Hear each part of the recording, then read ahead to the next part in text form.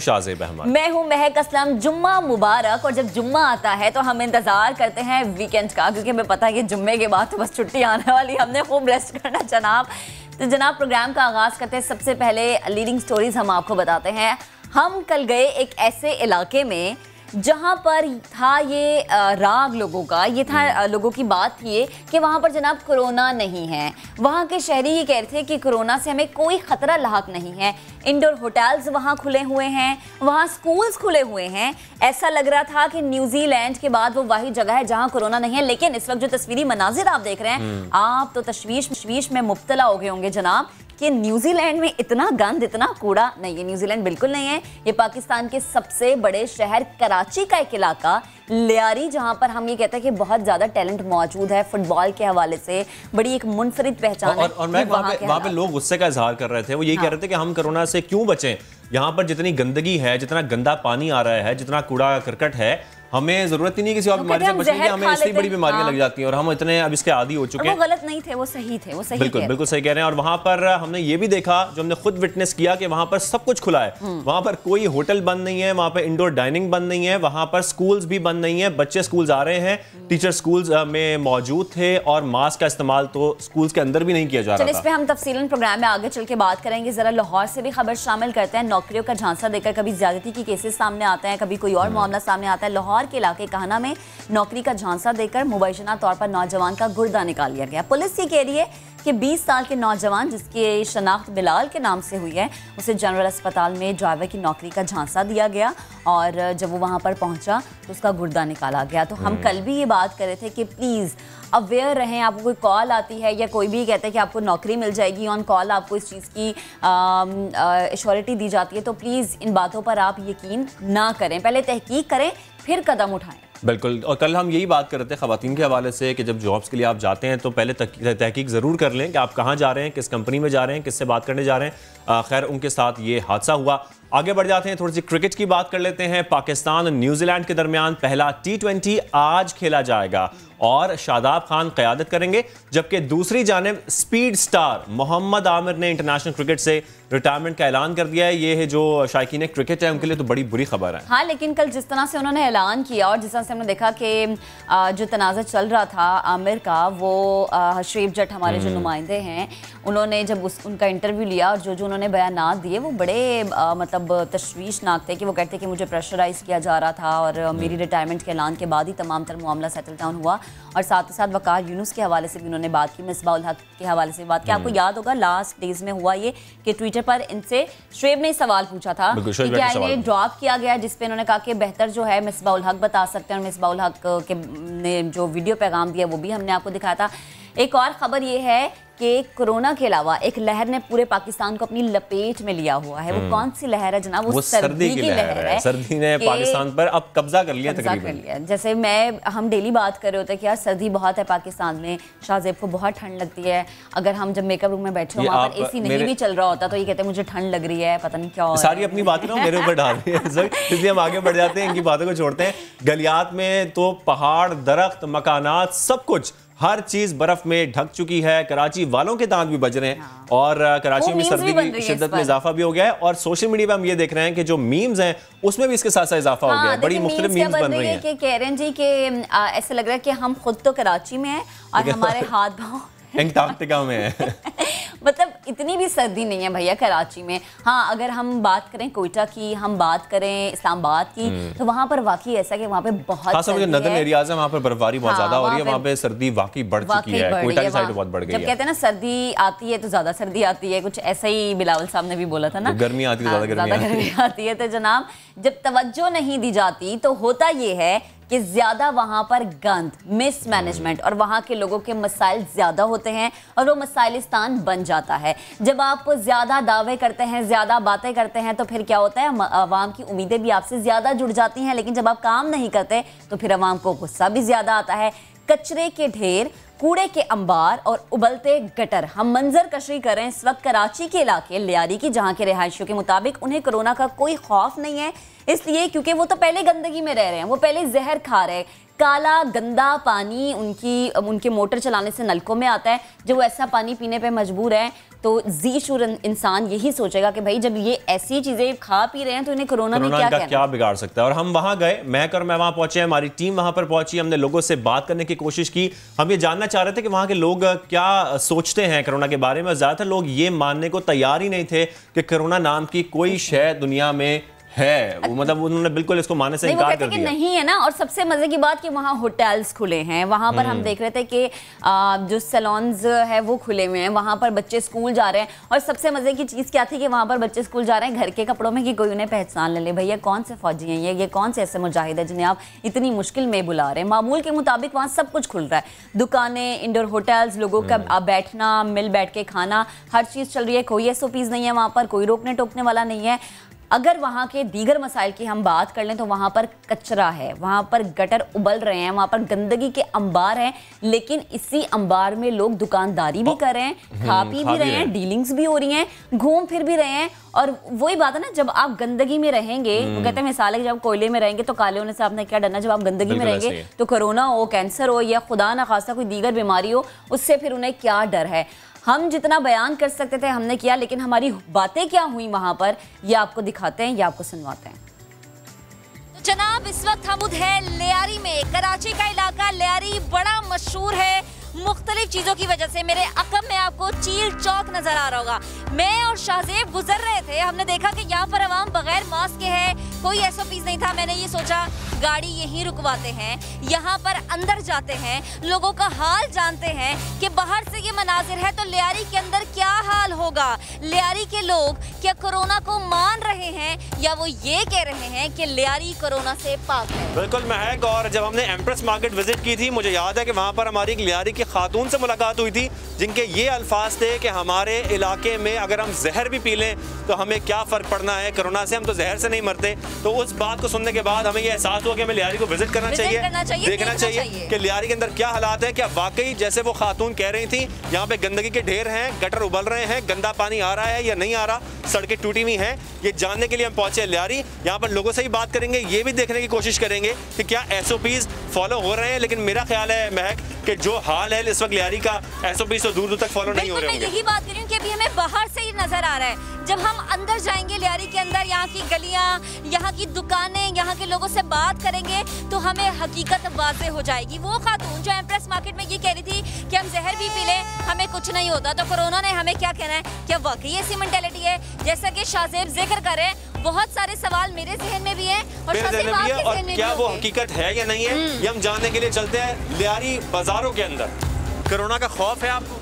बहुत है खौफ? हाँ। तो फिर आप मास्क का इस्तेमाल करते हैं, किसी और चीज़ का इस्तेमाल करते हैं कोरोना वबा से बचने के लिए? हाँ करते हैं। अभी तो नहीं कर रहे हैं? अभी नहीं लगाया, अभी मैंने निकाल दिया है। कैसे हैं आप? अल्लाह का शुक्र है। मुझे बताएं कोरोना है? कोरोना का तो अभी तक तो हम लोगों को कोई ऐसा महसूस भी नहीं हो रहा है और है भी कोई भरोसा नहीं है। अच्छा कोई भरोसा नहीं है। आपका मास्क किधर है? यहाँ पे जितने लोग अगर मेरे कैमरे की नजर से जेब में बेटा। अच्छा लेकिन आपने लगाया नहीं ना? अभी हम बोला नाश्ता वाश्ता करें तो फिर लगाएंगे। अच्छा एक और भाई साहब मौजूद है, उनसे भी बात करने की कोशिश करते हैं। अस्सलाम वालेकुम जी। अस्सलाम वालेकुम, कैसे हैं आप? शुक्र अल्लाह। कोरोना है? कोरोना है मगर हम लोग को यहाँ पर कोई पता नहीं चलता बाजी। क्यों नहीं पता चलता? यहाँ तो कोई पहनता नहीं है तो पता कैसे चलेगा? अच्छा कोई मास्क नहीं पहनेगा तो बस आप भी नहीं पहनेंगे? आपके ख्याल में कोरोना की वबा आपको कोई खौफ दिलाती है? आपको खौफ आता है उससे? बेशक आता है, क्यों नहीं आता है, क्योंकि हमें तो अपनी जान की परवाह होनी चाहिए। एक नॉर्मल गरीब आदमी के लिए तो समझते हैं कि सबसे बेहतरीन उसकी सेहत है। तो भैया मुझे ये बताएं कोरोना है? कोरोना बहुत ज़्यादा है। तो आपका मास्क किधर है? मास्क मेरे जेब में। जिंदगी मौत अल्लाह ताला के हाथ में है। ये आप पहने हुए हैं ना, ये ज़रूरी है। किस लिए कि मट्टी हवा वगैरह आलूदगी अंदर जाती है, उससे बीमारी पैदा होती है। यहाँ जो गंदगी है, जो बीमारी है, उससे बचना है, लेकिन आप समझते हैं कोरोना से बचना कोई इतना ज़रूरी नहीं है? हम कोरोना को कुछ नहीं समझते, हम अल्लाह को याद। तो जनाब जैसे जैसे आगे मैं बढ़ रही हूँ लोग मुझे मिल रहे हैं, कुर्सियाँ लगा के मिल बांट के यहाँ पे बैठे हुए हैं, चाय एंजॉय कर रहे हैं। बात करने की जब हम कोशिश करते हैं तो थोड़ा सा भाग जाते हैं। अस्सलाम वालेकुम भाई साहब, कैसे हैं आप? अल्लाह का। मास्क कहाँ है? बाजी मास्क तो अभी यहाँ पर कोई हिसाब किताब है ही नहीं। कोई हिसाब किताब क्या होता है मास्क का? गवर्नमेंट तो ये कह रही है कि आप लोग मास्क पहने और एहतियात करें। क्या ये देखें ना, गवर्नमेंट भी तो कुछ करे ना, उसकी भी तो है ना कि ये अपना कुछ तो करे, कि चलो वो खुद कुछ नहीं करी तो आवाम क्या करेगी। मास्क तो इधर कोई पूछने वाला है नहीं, दुकानों पे लोग आते हैं पैसे लेके चले जाते हैं, कोई नहीं इधर है। किस चीज के पैसे लेते हैं? जो दुकानें खुली होती है उसको पे आदमी ऐसे होते हैं, जैसे मैं घूम रही हूँ, हम लोग सारे ऐसे घूमते हैं। कोई मास्क नहीं लगा रहा? मास्क तो इधर कोई नहीं लगा। मेन चीज मास्क की जरूरत है, मेन चीज लियारी गंदगी है। ये है वो पानी जो लियारी में पीने के लिए इस्तेमाल किया जाता है, घरों में आता है। इस पानी का रंग आप लोग देख सकते हैं, काला पानी है ये, जो अभी इन्होंने मोटर चला के यहाँ पर घरों में आ रहा है। इसीलिए ये लोग कहते हैं कि अगर ये पानी इस्तेमाल किया जाएगा तो उसके बाद कोरोना हमें क्या नुकसान पहुँचाएगा, हम कोरोना से क्या एहतियात करें, अगर हमें बुनियादी ज़रूरत की जो चीज़ें हैं, जो पीने का साफ़ पानी है, वही मैसर नहीं है। तो यार बताइएगा, ये पानी आप लोग पीते हैं, पीने के लिए इस्तेमाल करते हैं या इस्तेमाल के लिए इस्तेमाल करते हैं? पीने की लाइन में पानी है, अभी इसी लाइन के अंदर पीने का पानी आता है, उसी लाइन में देखो ये गंदा पानी पड़ा हुआ है। अच्छा मुझे बताएं, कोरोना है? कोरोना नहीं है। हाँ, हमारे इधर लियारी में कोरोना है या नहीं है? नहीं है, हम सोचते नहीं है, सोच लेते नहीं है। हाँ नहीं है। और जो लोग मर रहे हैं, जो ये मर रहे हैं तो दूसरे एरिया में मर रहे होंगे, हमारे इधर तो यहाँ पे इस वाले कोई एरिया नहीं में मारा है। इसलिए आपने मास्क नहीं लगाया? नहीं लगाया। आपको कोरोना से डर लगता है? हाँ, हमारे को नहीं लगता है बेटा, हमारे को अल्लाह का लगता है। पब्लिक को नहीं, गवर्नमेंट को चाहिए कि दे हैव टेकन एक्शंस। अच्छा, होटल्स खुले हुए हैं, हर चीज खुली है, तो कोरोना कैसे नहीं बढ़ेगा? यहाँ पे स्कूल बंद है। स्कूल्स का बड़ा जबरदस्त सिस्टम हुआ है। हाँ, क्या सिस्टम है? स्कूल का ये सिस्टम है कि विदाउट यूनिफॉर्म आना है। हाँ। ब्लैक शॉपर में किताबें लग के रहनी अच्छा। है, 9 से 8 बजे से 10 बजे तक आना है। स्कूल खुले हुए यानी कि भाई यहाँ पे स्कूल बंद नहीं है। मेरे एरियाज के स्कूल भी खुले हुए, आप कहीं भी चले जाए, बच्चे आ रहे हैं 8 बजे से लेकर 10 बजे तक आ रहे हैं, विदाउट यूनिफॉर्म आ रहे हैं। यानी गवर्नमेंट को बेवकूफ़ बनाया जा रहा है। हाँ। और पेरेंट्स को बेवकूफ़ बनाया जा रहा है। जो पेरेंट्स जाके बोलता है कि भाई कोरोना है, तो वो कहते हैं सर हमारे एरिया में तो नहीं है ना। हाँ। छोड़े फीस, क्योंकि प्राइवेट स्कूल वालों को फीस चाहिए। पीपल्स पार्टी ने क्या काम किया यहाँ पे? वो तो माशाल्लाह नजर आ रहा है आपको। तो भाई मैं बात करी थी कि यहाँ पे तालीमी इदारे खुले हुए हैं। अगर जिन लोगों को लग रहा है मैं झूठ बोल रही हूँ, तो ये बच्चा जो है बड़ी जीती जागती मिसाल है। कैसे हो बेटा? ठीक हूँ। कहाँ से आ रहे हो? स्कूल से। स्कूल से आ रहे हो? स्कूल तो बंद है। खुली हुई है। यहाँ पे खुले हुए हैं? कब से खुले हुए हैं? बंद हुए? बंद हुए थे अभी। हुए थे, फिर बीच में बंद हुए, दोबारा खुल गए। जी। तो आप टीचर को बोलते नहीं हो कि गवर्नमेंट तो कह रही है कि स्कूल बंद है, आप हमें क्यों बुला रहे हो? हम बोलेंगे फिर तो आप बोलेंगे आप बड़े हो। मुझे बताओ, आप अभी कहाँ से आ रहे हो? स्कूल से। स्कूल से आ रहे हो? तो हुकूमत ने तो सारे स्कूल बंद किए हैं। बंद तो करे हैं, स्कूल वाले बुला रहे हैं। स्कूल वाले लियारी के अंदर जो स्कूल वाले हैं वो आपको बुला रहे हैं? अच्छा, इसका और आपने यूनिफॉर्म तो कोई नहीं पहना हुआ, इसका मतलब है कि यूनिफॉर्म के बगैर आपको स्कूल में बुलाया जा रहा था, किसी को पता न लगे कि आप स्कूल आते हैं? जी। ऐसा ही है। मदरसे से आ रही हो? बंद नहीं हुआ मदरसा? नहीं, मदरसे जा रही हो अभी। तो मास्क किधर है? बैग में। बैग में? तो मदरसे में कहते हैं कि मास्क लगा के आया करो, कहते हैं, लेकिन आप नहीं लगाती? लगाती हूँ। लगाती हो? अभी बैग में छुपा के रखा हुआ है? नहीं, मदरसे में जाके लगा। मदरसे में जाके लगा। मदरसा बंद नहीं हुआ, लेकिन हुकूमत ने तो स्कूल और मदरसे बंद कर दिए। आप स्कूल का नाम क्या है? नाम वो मूनलाइट ग्रामर स्कूल। हम इस वक्त लियारी में मौजूद हैं और हम देख रहे हैं कि यहाँ पर स्कूल से बच्चे वापस घर जा रहे हैं। तो हम इनसे ये जानने की कोशिश कर रहे हैं कि बेटा आप स्कूल से वापस आ रहे हो, आपके स्कूल खुले हुए? स्कूल खुले हुए, स्कूल में टीचरें भी तवज्जो देती नहीं है। स्कूल में बंद करवाने की कोशिश की थी, कितनी बार रेंजर्स भी आ चुकी है, पर स्कूल वाले समझते ही नहीं है। कह रहे कोरोना है ही नहीं, मास्क पहन के और सैनिटाइजर लेकर आओ। ये प्राइवेट स्कूल है, प्राइवेट स्कूल के अंदर यहाँ पर प्राइवेट स्कूल्स खुले हुए हैं लियारी के अंदर, और बच्चे स्कूल जा रहे हैं। और इस बात को बचाने के लिए, ये छुपाने के लिए बच्चों को बगैर यूनिफॉर्म के बुलाया जा रहा है, ताकि ये पता ना लग सके कि यहाँ के प्राइवेट स्कूल जो हैं वो चल रहे हैं। हुकूमत ने ऐलान किया था प्राइवेट स्कूल्स को बंद रखने के लिए, उसके बावजूद लियारी के अंदर स्कूल्स खुले हुए हैं।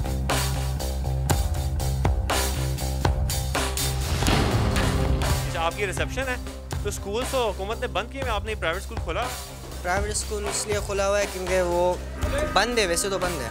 बाकी बच्चे तो आ रहे हैं, यहाँ से बाहर भी जा रहे हैं, पढ़ के निकल भी रहे हैं। वो कुरान पाक वाले जो हैं, जो हिफ्ज़ वाले हैं, उनके सबके कुछ से दोबारा बात करते हैं, पहले स्कूल देख भी लेते हैं। यहाँ पे स्कूल में बच्चे मौजूद भी हैं और मेरे ख्याल में टीचर्स भी हैं साथ। आप यहाँ पढ़ाती हैं? अच्छा, इनसे ही बात करते हैं। आप जब पढ़ा रही हैं, हुकूमत ने ऐलान किया है स्कूल बंद करने का? जी वो तो किया है, पर यहाँ पर पढ़ाई डिस्टर्ब होती है। यहाँ के बच्चे, उनके पेरेंट्स ज़्यादा पढ़े लिखे नहीं हैं जो इनको दोबारा दूसरे घर में पढ़ा सके, ना खुद पढ़े लिखे हैं। तो ये बहुत डिस्टर्ब होते हैं। एक तो ये एक तरफ से हम देख रहे हैं कि स्कूल बंद करने का ऐलान किया हुआ है, स्कूल ये खुला हुआ है और आप में से टीचर्स में से किसी ने भी मास्क का इस्तेमाल भी नहीं किया हुआ। जी, जब क्लास स्टार्ट होती है तो हम नकाब कर लेते हैं। अभी भी आप स्कूल के अंदर हैं तो मास्क पहना तो लाजमी है ना। जी वो तो है। आप लोग हुकूमती फैसले पर अमल क्यों नहीं कर रहे हैं? हुकूमत ने ऐलान किया हुआ पूरे पाकिस्तान के स्कूल्स बंद हैं, 10 जनवरी तक बंद हैं, फिर भी आपने स्कूल खोला। इन सब बच्चों के बैग्स भी यहाँ पर रखे हुए हैं, इसका मतलब है कि तमाम बच्चे स्कूल आ रहे हैं, तालीम हासिल कर रहे हैं और मास्क तो हमें दूर दूर तक नज़र नहीं आ रहा। हुकूमती फैसले की खिलाफ वर्जी की जा रही है। जितने बैग यहाँ पे पड़े हैं इससे हम अंदाज़ा लगा सकते हैं इस वक्त शायद छुट्टी का वक्त है या ब्रेक है, लेकिन ये बैग्स हमें बता रहे हैं कि ये स्कूल खुला हुआ है, स्कूल से बच्चे भी आ रहे हैं, टीचर्स भी आ रहे हैं और SOPs का ख्याल रखना तो दूर की बात है, हुकूमती फैसले की खिलाफ वर्जी भी की जा रही है। तो ये प्रिंसिपल ऑफिस के अंदर हम मौजूद हैं, प्रिंसिपल तो यहाँ पर मौजूद नहीं है, तो हम उनसे बात करने की ज़रूर कोशिश करते हैं। रिसेप्शन पे आप होते हैं यकीनन। आपका नाम क्या है? मोहम्मद फारूक। हम ये देख रहे हैं कि इस वक्त पूरे पाकिस्तान के स्कूल्स बंद हैं, हुकूमत ने ऐलान किया हुआ है कोरोना वबा फैली हुई है, उसके बावजूद हम लियारी के अंदर मौजूद हैं और ये प्राइवेट स्कूल है जो खुला हुआ है। आप लोगों ने कोई हुकूमत के फैसले पर अमल नहीं किया? कोई यहाँ पर टीम चेक करने भी नहीं आई? कोई इंतज़ामिया भी नहीं पहुँची? हम लोगों ने बंद, वैसे तो तकरीबन बंद ही है, स्कूल सब बंद हैं, उसके बावजूद स्कूल खुला हुआ है। आपके प्रिंसिपल कौन है? आगे प्रिंसिपल हैं, लेडी क्या नाम है उनका? मिस केरुन। अभी उनसे रब्ता हो सकता है? कहाँ पर है वो? अभी वो गई हुई हैं, उन्होंने बोला मैं आ जाऊँगी जल्द, तो अभी तक तो आई नहीं है क्योंकि मैं कॉल की हुई है तो नहीं, मैं पूछूँ कि आप पेरेंट हैं, आपकी जिम्मेदारी बनती है अगर स्कूल खुला हुआ है तो आप बच्चों को स्कूल भेज रही हैं, उसके बावजूद आपको ये नहीं समझती कि कोरोना वबा इतनी फैली हुई है, एहतियात करनी चाहिए? जी एहतियात तो करनी चाहिए। SOPs के तहत यहाँ पर स्कूल में बच्चे आ रहे हैं, SOPs के साथ। हुकूमत ने ऐलान किया है स्कूल्स बंद करने का, पूरे पाकिस्तान के स्कूल्स बंद हैं। पाकिस्तान के काफ़ी हमारे इलाके में स्कूल्स हैं जो ओपन हैं, जो थोड़ी थोड़ी देर के लिए खुले हुए होते हैं। यहाँ पर सिर्फ डायरी वगैरह दी जाती है, ज़्यादा स्कूल में वर्क नहीं होता है। अच्छा, आप जा रहे हैं, वालदा एक बच्चे की, आपकी बेटी आती है यकीनन यहाँ पर, तो आप समझती हैं आपकी जिम्मेदारी भी है कि बच्चों को स्कूल ना भेजा जाए, बल्कि स्कूल वालों को कहा जाए कि स्कूल ना खोले क्योंकि अभी कोरोना इस वक्त पीक पे है, कई हलाकतें रोज़ाना की बुनियाद पर हो रही हैं? सॉरी मैं नो कमेंट्स।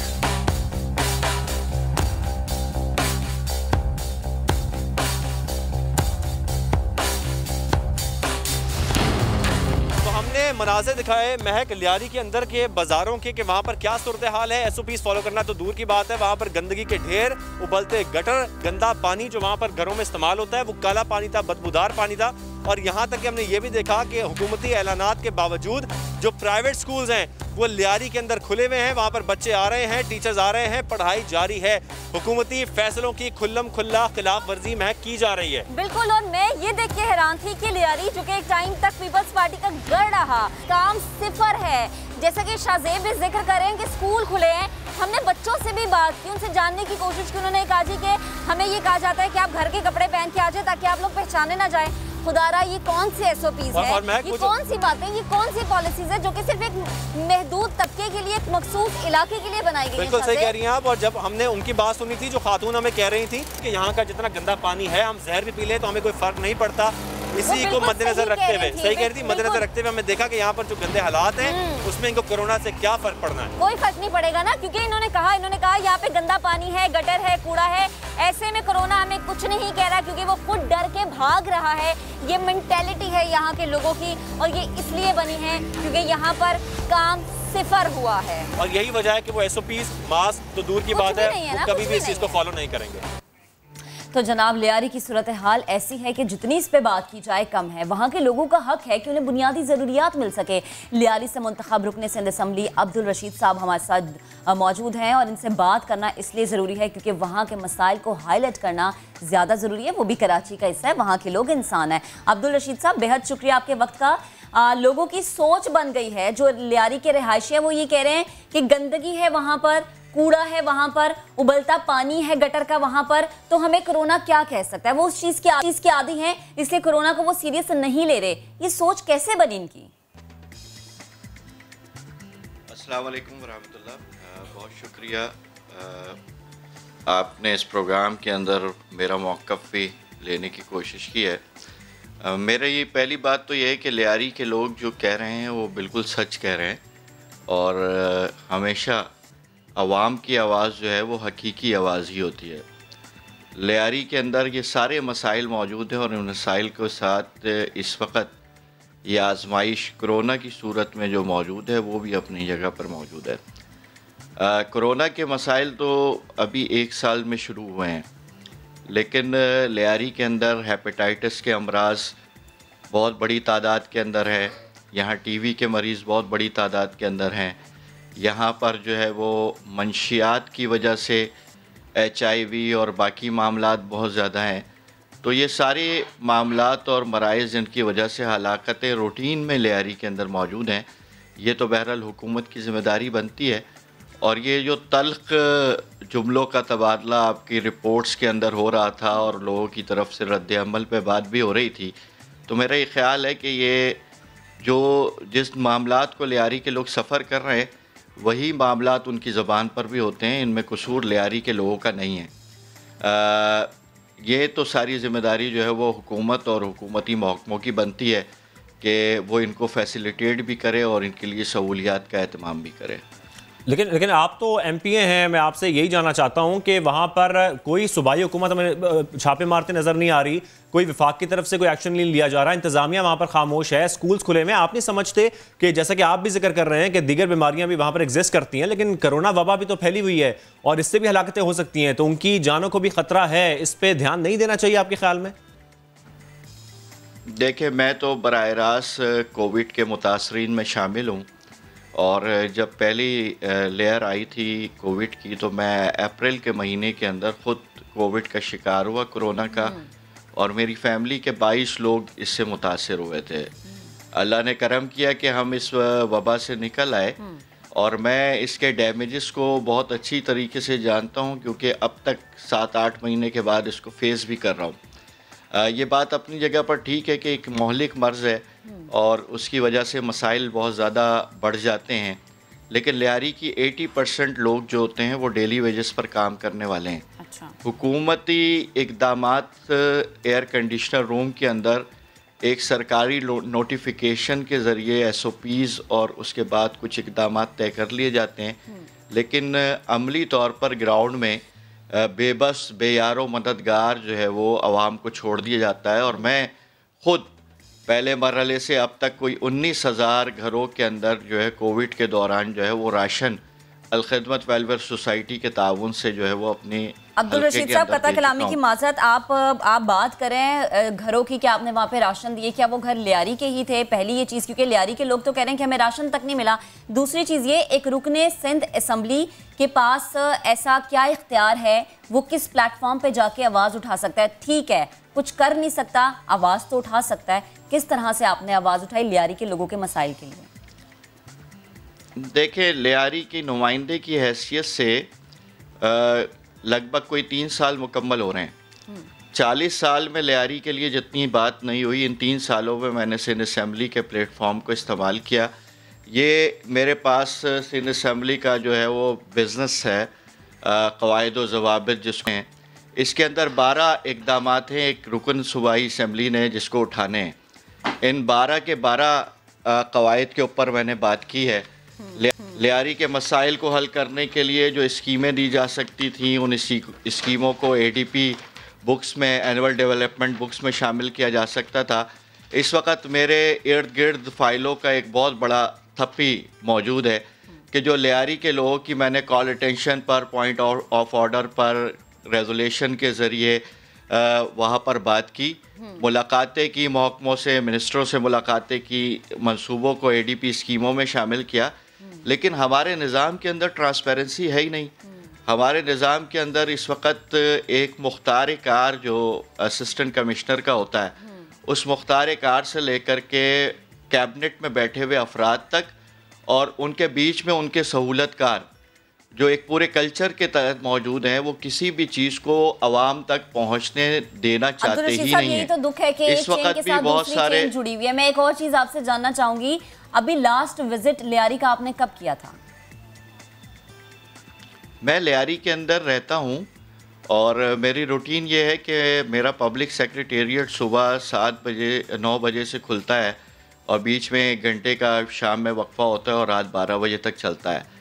बाकी जितना वक्त मेरा लियारी के अंदर गुज़र सकता है मेल मुलाकातों में, मसाइल को हल करने में, लोगों की दाद रसी के लिए, हॉस्पिटल्स के विज़िट के लिए, ग्राउंड्स में, मसाजिद में, बाज़ारों में, मोहल्लों में, मैं बराह रास्त वो आदमी हूँ कि जो मैं इन सारे इक़दामात के लिए, मैं आपको कितने दिन तो नहीं बता सकता, लेकिन रात दो बजे तक भी मैं, गुज़िश्ता रात 2 बजे तक भी तो फिर आप तो देखते होंगे वहाँ यकीनन आप वहाँ देखते होंगे कि वहाँ पर स्कूल्स भी खुले हैं, वहाँ पर बच्चे स्कूल्स भी जा रहे हैं, टीचर्स भी आ रहे हैं। हालांकि हुकूमत ने ऐलान किया हुआ है कि स्कूल्स बंद करने हैं, उसके बावजूद वहाँ पर होटल्स भी खुले हुए हैं, स्कूल्स भी खुले हैं, वहाँ पर इंडोर जो आपकी डाइनिंग है वो भी जारी है।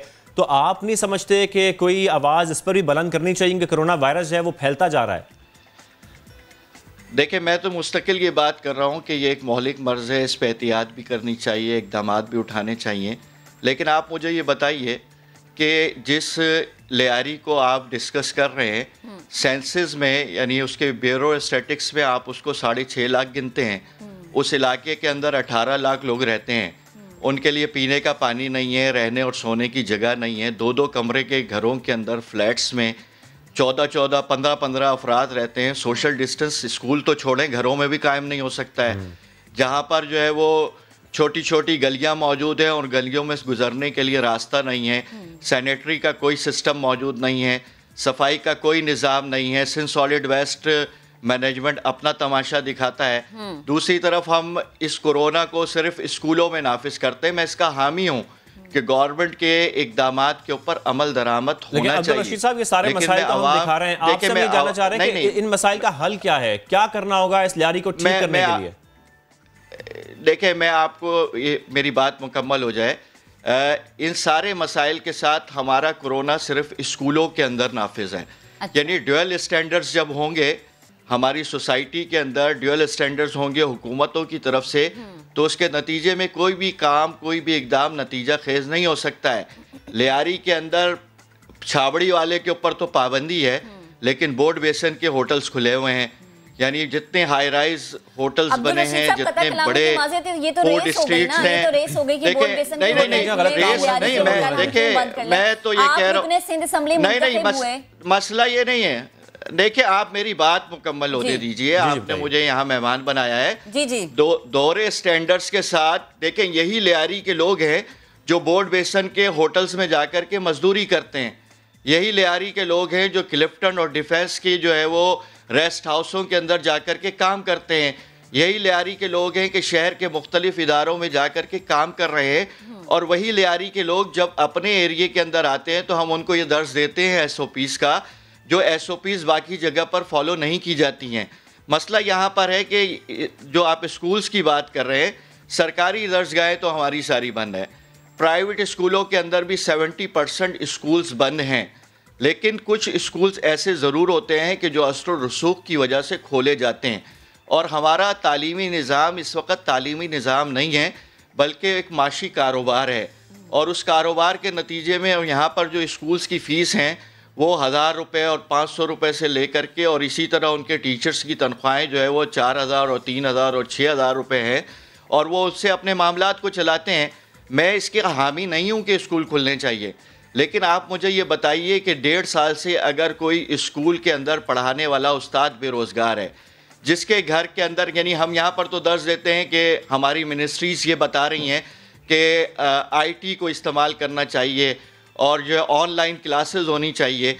जिस एरिए के अंदर 12-12 घंटे बिजली नहीं हो, जिनके चूल्हे के अंदर गैस नहीं हो, जिनके नलके में पानी नहीं हो, जिनके सड़कों के ऊपर चलने के लिए जगह मौजूद नहीं हो, वो कौन सी SOPs का इस्तेमाल करेंगे?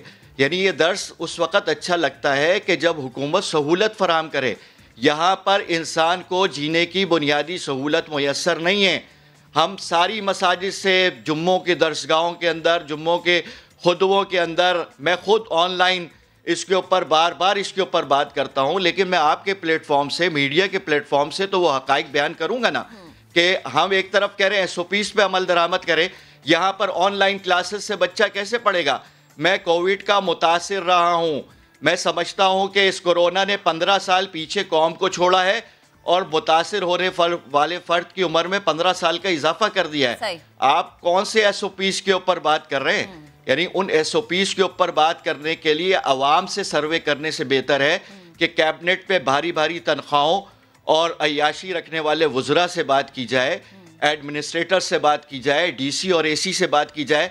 जहाँ पर मुख्तियार कार का मसला ये हो कि इस कोरोना के अंदर सिंध गवर्नमेंट का रेवेन्यू जमा करने के लिए वो भड़क रहा हो, जहाँ का फूड इंस्पेक्टर जो है वो अपने टारगेट्स को पूरा कर रहा हो, जहाँ पर दूध की दुकानों की कीमत के ऊपर उनसे भत्ता वसूल किया जा रहा हो, जहाँ पर होटलों को धमकी दे करके उनसे पैसे वसूल किए जा रहे हो। ये सरकारी मशीनरी है।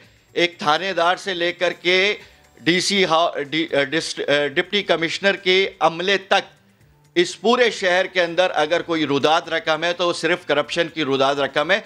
आप SOPs पर अमल कैसे करेंगे? 5,000 रुपये के अंदर एक प्राइवेट स्कूल अपना दरवाज़ा खोला हुआ है और उसके नतीजे में 50,000 रुपये वो समेटने की कोशिश करता है, तो 5,000 नुकसान करने के लिए तैयार है, 50,000 नुकसान करने के लिए तैयार नहीं है। ये वो तल्ख हकीकतें हैं कि जिनको समझने की ज़रूरत है। बिल्कुल बिल्कुल ठीक कह रहे हैं। और मेरे ख्याल में महक सियासत ही हो रही है, कोई भी जमात हो, पीपल्स पार्टी हो या MKM हो, लेकिन जो नुकसान हो रहा है, जो नुकसान उठा रहे हैं वो सिर्फ और सिर्फ जो लियारी के लोग हैं वही नुकसान उठा रहे हैं। अब्दुल रशीद हमारे साथ थे, उनका बहुत शुक्रिया। आगे भी बढ़ेंगे, मजीद खबरें भी शामिल करेंगे, लेकिन उससे पहले एक ब्रेक शामिल कर लेते हैं।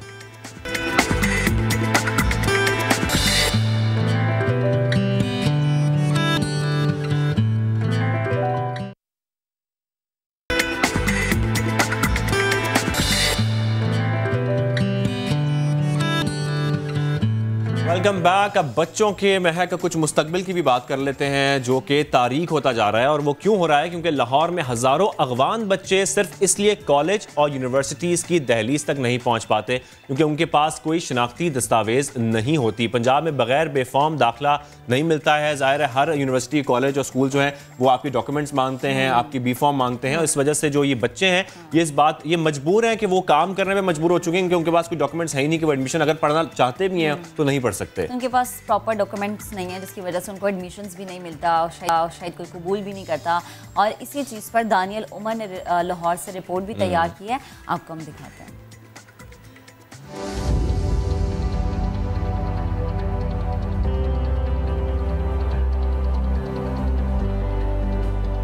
ये है गुलबर्ग के शॉपिंग प्लाजा के बाहर रेडी लगाने वाला गुल खान। शनाख्ती कागजात ना होने की वजह से उसके हाथ में किताब के बजाय मकई या मूंगफली है।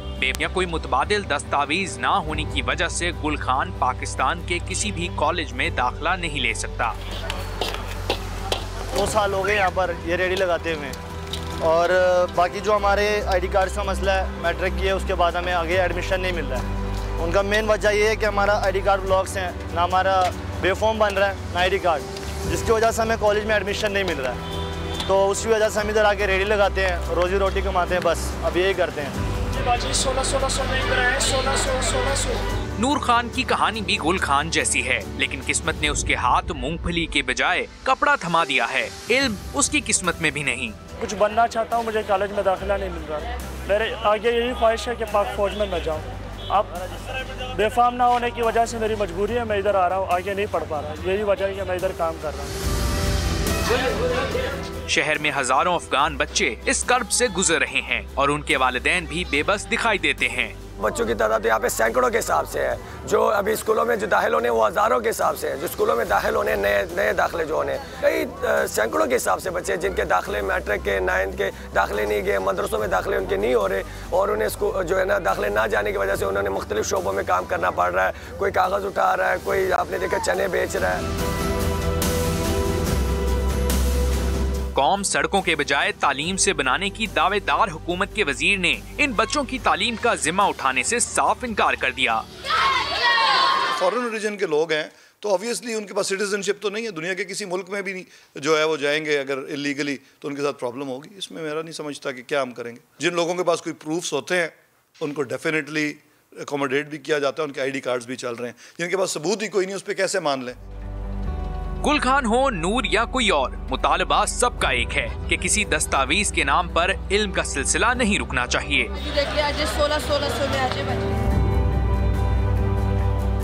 पाकिस्तान का नाम रोशन करने का ख्वाब सजाए इन हजारों बच्चों की जिंदगियों का मुस्तकबिल दाव पर लगाने के लिए इंतजामिया की बेफिक्री लम्हा फिक्रिया है। कैमरामैन खुरम फयाज के साथ दानियाल उमर, समा, लाहौर। तो ये दानियाल की रिपोर्ट आपने देखी। आगे बढ़ जाते हैं। जर्मनी में साइंसी तहकीक का आला तरीन लाइबनिज अवार्ड पाकिस्तानी नजाद आसफा अख्तर ने अपने नाम कर लिया है। पाकिस्तानी नजाद आसफा अख्तर को मशहूर ज़माना तहकीकी सोसाइटी मार्क्स प्लानिंग से मुंसलिक हैं वो। और कराची में पैदा होने वाली डॉक्टर आसफा अख्तर ने यूनिवर्सिटी कॉलेज लंदन से BSc किया। उन्होंने मौजूदा फ्रांसिस क्रिक इंस्टीट्यूट से डायरेक्टरेट की डिग्री भी हासिल की है। पाकिस्तान के लिए एक बड़ी कामयाबी है और इस पर फवाद चौधरी साहब ने भी ट्वीट किया था और इनको सराहा था। तो एक पाकिस्तान के लिए अच्छी खबर भी है और एक कामयाबी भी है कि हमारे जो साइंटिस्ट हैं वो अब अपना नाम दुनिया भर में रोशन कर रहे हैं। ये फख्र पाकिस्तान है ना। एक और खबर है, ऑस्ट्रेलियाई शहर क्वींसलैंड इन दिनों खौफनाक तूफान की लपेट में है। न्यू साउथ वेल्स गुज़श्ता हफ्ते तूफानी बारिशों और खौफनाक तूफान की जद में रहा। तूफान से मुतासर जो शहरी हैं वो अपनी जायदाद और कीमती इमलाक के साथ अपनी ज़िंदगी को बचाने की हर मुमकिन कोशिश कर रहे हैं। लेकिन इस तमाम तर सूरत हाल पर एक ऐसी खातून भी सामने आई जिन्होंने भालू को बचाने के लिए अपनी ज़िंदगी खतरे में डाली, अपनी जान की परवाह नहीं की और तूफानी लहरों में भालू को बचाने निकल पड़ी। ये वीडियो सोशल मीडिया पर आजकल खूब वायरल हो रही है। ये जानवरों से मोहब्बत है वैसे, और इंसानियत भी है कि उन्होंने किस तरीके से उस तूफान में जानवरों का भी ख्याल किया। और हमारे यहाँ कुछ लोग ऐसे भी होते हैं जो इंसानों का ख्याल भी नहीं करते, तो मेरे ख्याल में हमें जानवरों का ख्याल भी रखना चाहिए साथ साथ। तो आगे बढ़ जाते हैं, जानवरों की बात हो रही है। तुर्की में भेड़ों ने सिटी हॉल पर धावा बोल दिया, जिसके बाद सिक्योरिटी एहलकारों की दौड़ें लग गई। वीडियो में देखा जा सकता है कि शरारती भेड़ सड़क पर आकर राहगीरों को टक्कर मार रहे थे, जबकि राहगीर उनसे बचने की नाकाम कोशिश कर रहे थे। फुटेज में देखा जा सकता है वो कैसे हमलावर हुए हैं महक, और वो उसके पीछे पीछे जा रहे हैं, बिल्डिंग के अंदर भी जा रहे हैं साथ साथ। तो वो घबरा कर दूर भागने की कोशिश कर रहे हैं, लेकिन जो भेड़ है शायद इनकी कोई खास दुश्मनी है इस शख्स से जो वो निकालने की कोशिश कर रहे हैं। इतना खूबसूरत है कि उसके भेड़ जो है वो भी इतने प्यारे हैं, उनको माफी है। अच्छा, मतलब अगर वो आपको टक्कर मारने आएगा कुछ नहीं कहेंगे कि वो खूबसूरत है, पता तब चलेगा। एक और खबर है जनाब, हॉलैंड में सर्कुलर रनवे से मुताल्लिक किए जाने वाले तजुर्बात के मस्बत नताइज सामने आ गए हैं। आजमाइशी प्रवासों ने कामयाब लैंडिंग की है। साइंसदान जो है उनके मुताबिक गोल रनवे से एयरपोर्ट्स पर एक साथ कई तैयारों की लैंडिंग मुमकिन हुई है। दुनिया तरक्की की जानिब बढ़ी है जनाब। रॉयल नीदरलैंड एरोस्पेस सेंटर के इंजीनियर ने रनवे का एक नया डिज़ाइन पेश किया। इनके मुताबिक 3.5 किलोमीटर कुतर पर मुश्तमिल गोल रनवे ज़्यादा मौसर और मुफीद और ज़्यादा महफूज होगा।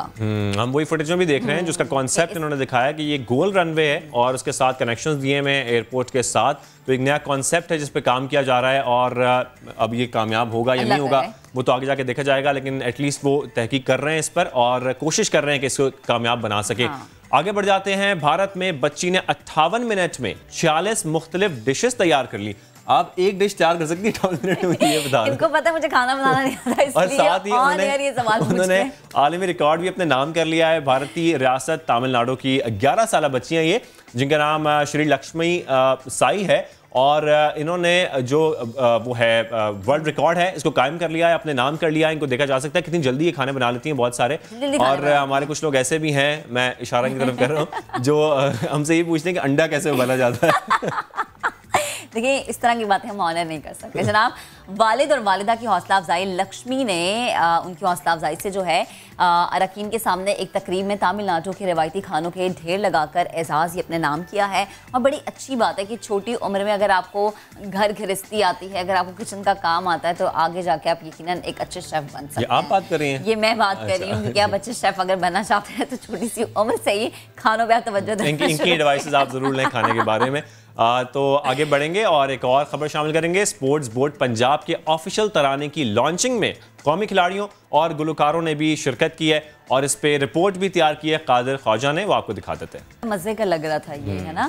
खैर आगे बढ़ते हैं, और हमें पता है कि दिसंबर का महीना है और आधे से ज़्यादा तो गुजर चुका है, और अब 2021 आने वाला है। 2020 का जो साल था, अगर हम उसकी बात करें तो हर किसी की यही राय थी, वो चाहे पाकिस्तान का कोई शहरी हो, कोई सियासतदान हो, किसी और शोबे से ताल्लुक़ रखने वाली शख्सियत हो, हर कोई कहता है कि बहुत बुरा गुजरा। बिल्कुल, सबकी यही राय थी कि बहुत बुरा गुजरा। उसकी वजह ये थी कि कोरोना लॉकडाउन की वजह से लोगों के कारोबार तबाह हो गए, जॉब चली गई और लोगों ने बड़ा मुश्किल वक्त गुजारा है। तो हमारे साथ मौजूद हैं कनान चौधरी साहब, उनसे बात करेंगे। कनान साहब, बहुत शुक्रिया हमें ज्वाइन करने के लिए, और हमें अच्छी खबर सुना दें। कोई आप क्या समझते हैं, 2020 जैसा गुजरा है, बड़ा मुश्किल वक्त गुजारा लोगों ने, इसमें आप कैसे देख रहे हैं 2021 साल को? बहुत शुक्रिया, आपने इनवाइट किया। 2020 का जब आगाज़ था तो मैंने न्यूमरोलॉजी एनालिसिस के मुताबिक एक टाइटल दिया था 2020 को। उस वक्त कोरोना नहीं आया था और मुझे भी आइडिया नहीं था कि ऐसा गुजरने वाला 2020, लेकिन न्यूमरोलॉजी के मुताबिक इल्मुल अदाद के मुताबिक जो बन रहा था 2020 का एनालिसिस, तो मैंने एक टाइटल दिया था 2020 को कि 2020 डिप्रेशन और एंग्जाइटी का साल होगा। और अनफॉर्चुनेटली वैसा ही हुआ। ये मैंने जनवरी 2020 में प्रेडिक्ट किया था। फिर हमने देखा कि मार्च अप्रैल के बाद हमने डिप्रेशन भी देखा, एंग्जाइटी भी देखी, और डोमेस्टिकली हम जो है वो कहीं ना कहीं जो है स्टक हो गए। अभी 2021 के आदाद को मैं देखता हूँ तो 2021 का आदद 5 बनता है, जो कि कम्युनिकेशन का आदद है, ट्रैवलिंग को रूल करता है मरकरी, उसके बाद बिजनेस को पार्शली रूल करता है। तो कहीं ना कहीं कम बैक का ईयर हो सकता है। हम रिकवर करेंगे 2021 रिकवरी का साल, अगर मैं इसको कहूँ बिजनेस के हवाले से, ट्रैवलिंग के हवाले से, वर्ल्ड वाइड जो इकोनॉमिकल सिचुएशन है उसके हवाले से, तो ये गलत नहीं होगा। और अगर बात करते हैं साल का नंबर जैसे ही चेंज होगा इंशाल्लाह, तो ये जो SOPs की चीज़ें हैं या कहीं ना कहीं वैक्सीनेशन के हवाले से चीज़ें हैं वो भी चेंज हो जाएंगी। ठीक है, वो भी चेंज हो जाएगी। आपने जनरल आइडिया हमें दे दिया है, इस पर हम तफसीलन नहीं, यहाँ पे एक ब्रेक शामिल कर लेते हैं, उसके बाद दोबारा आएंगे और कनान साहब से मजीद बातें करेंगे।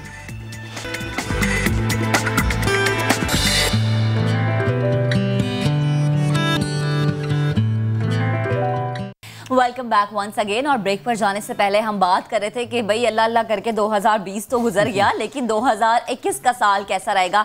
कनान चौधरी हमारे साथ मौजूद हैं। हमने एक ब्रेक लिया था आवाम को अपने साथ जुड़े रखने के लिए कि थोड़ी सी आवाम में बेचैनी पैदा हो जाए। अच्छा कनान, मुझे बताएं कि 2020 का जो साल है, सियासी माहौल के हवाले से भी बड़ी हलचल हमने देखी। अपोजिशन जमातें हमें सड़कों पर अभी भी नजर आ रही है और उन्होंने इंदिया दिया कि 2021 में भी हमें नजर आएंगी। वजीर आजम के लिए, हमारे हैंडसम से वजीर आजम के लिए खतरा तो नहीं है?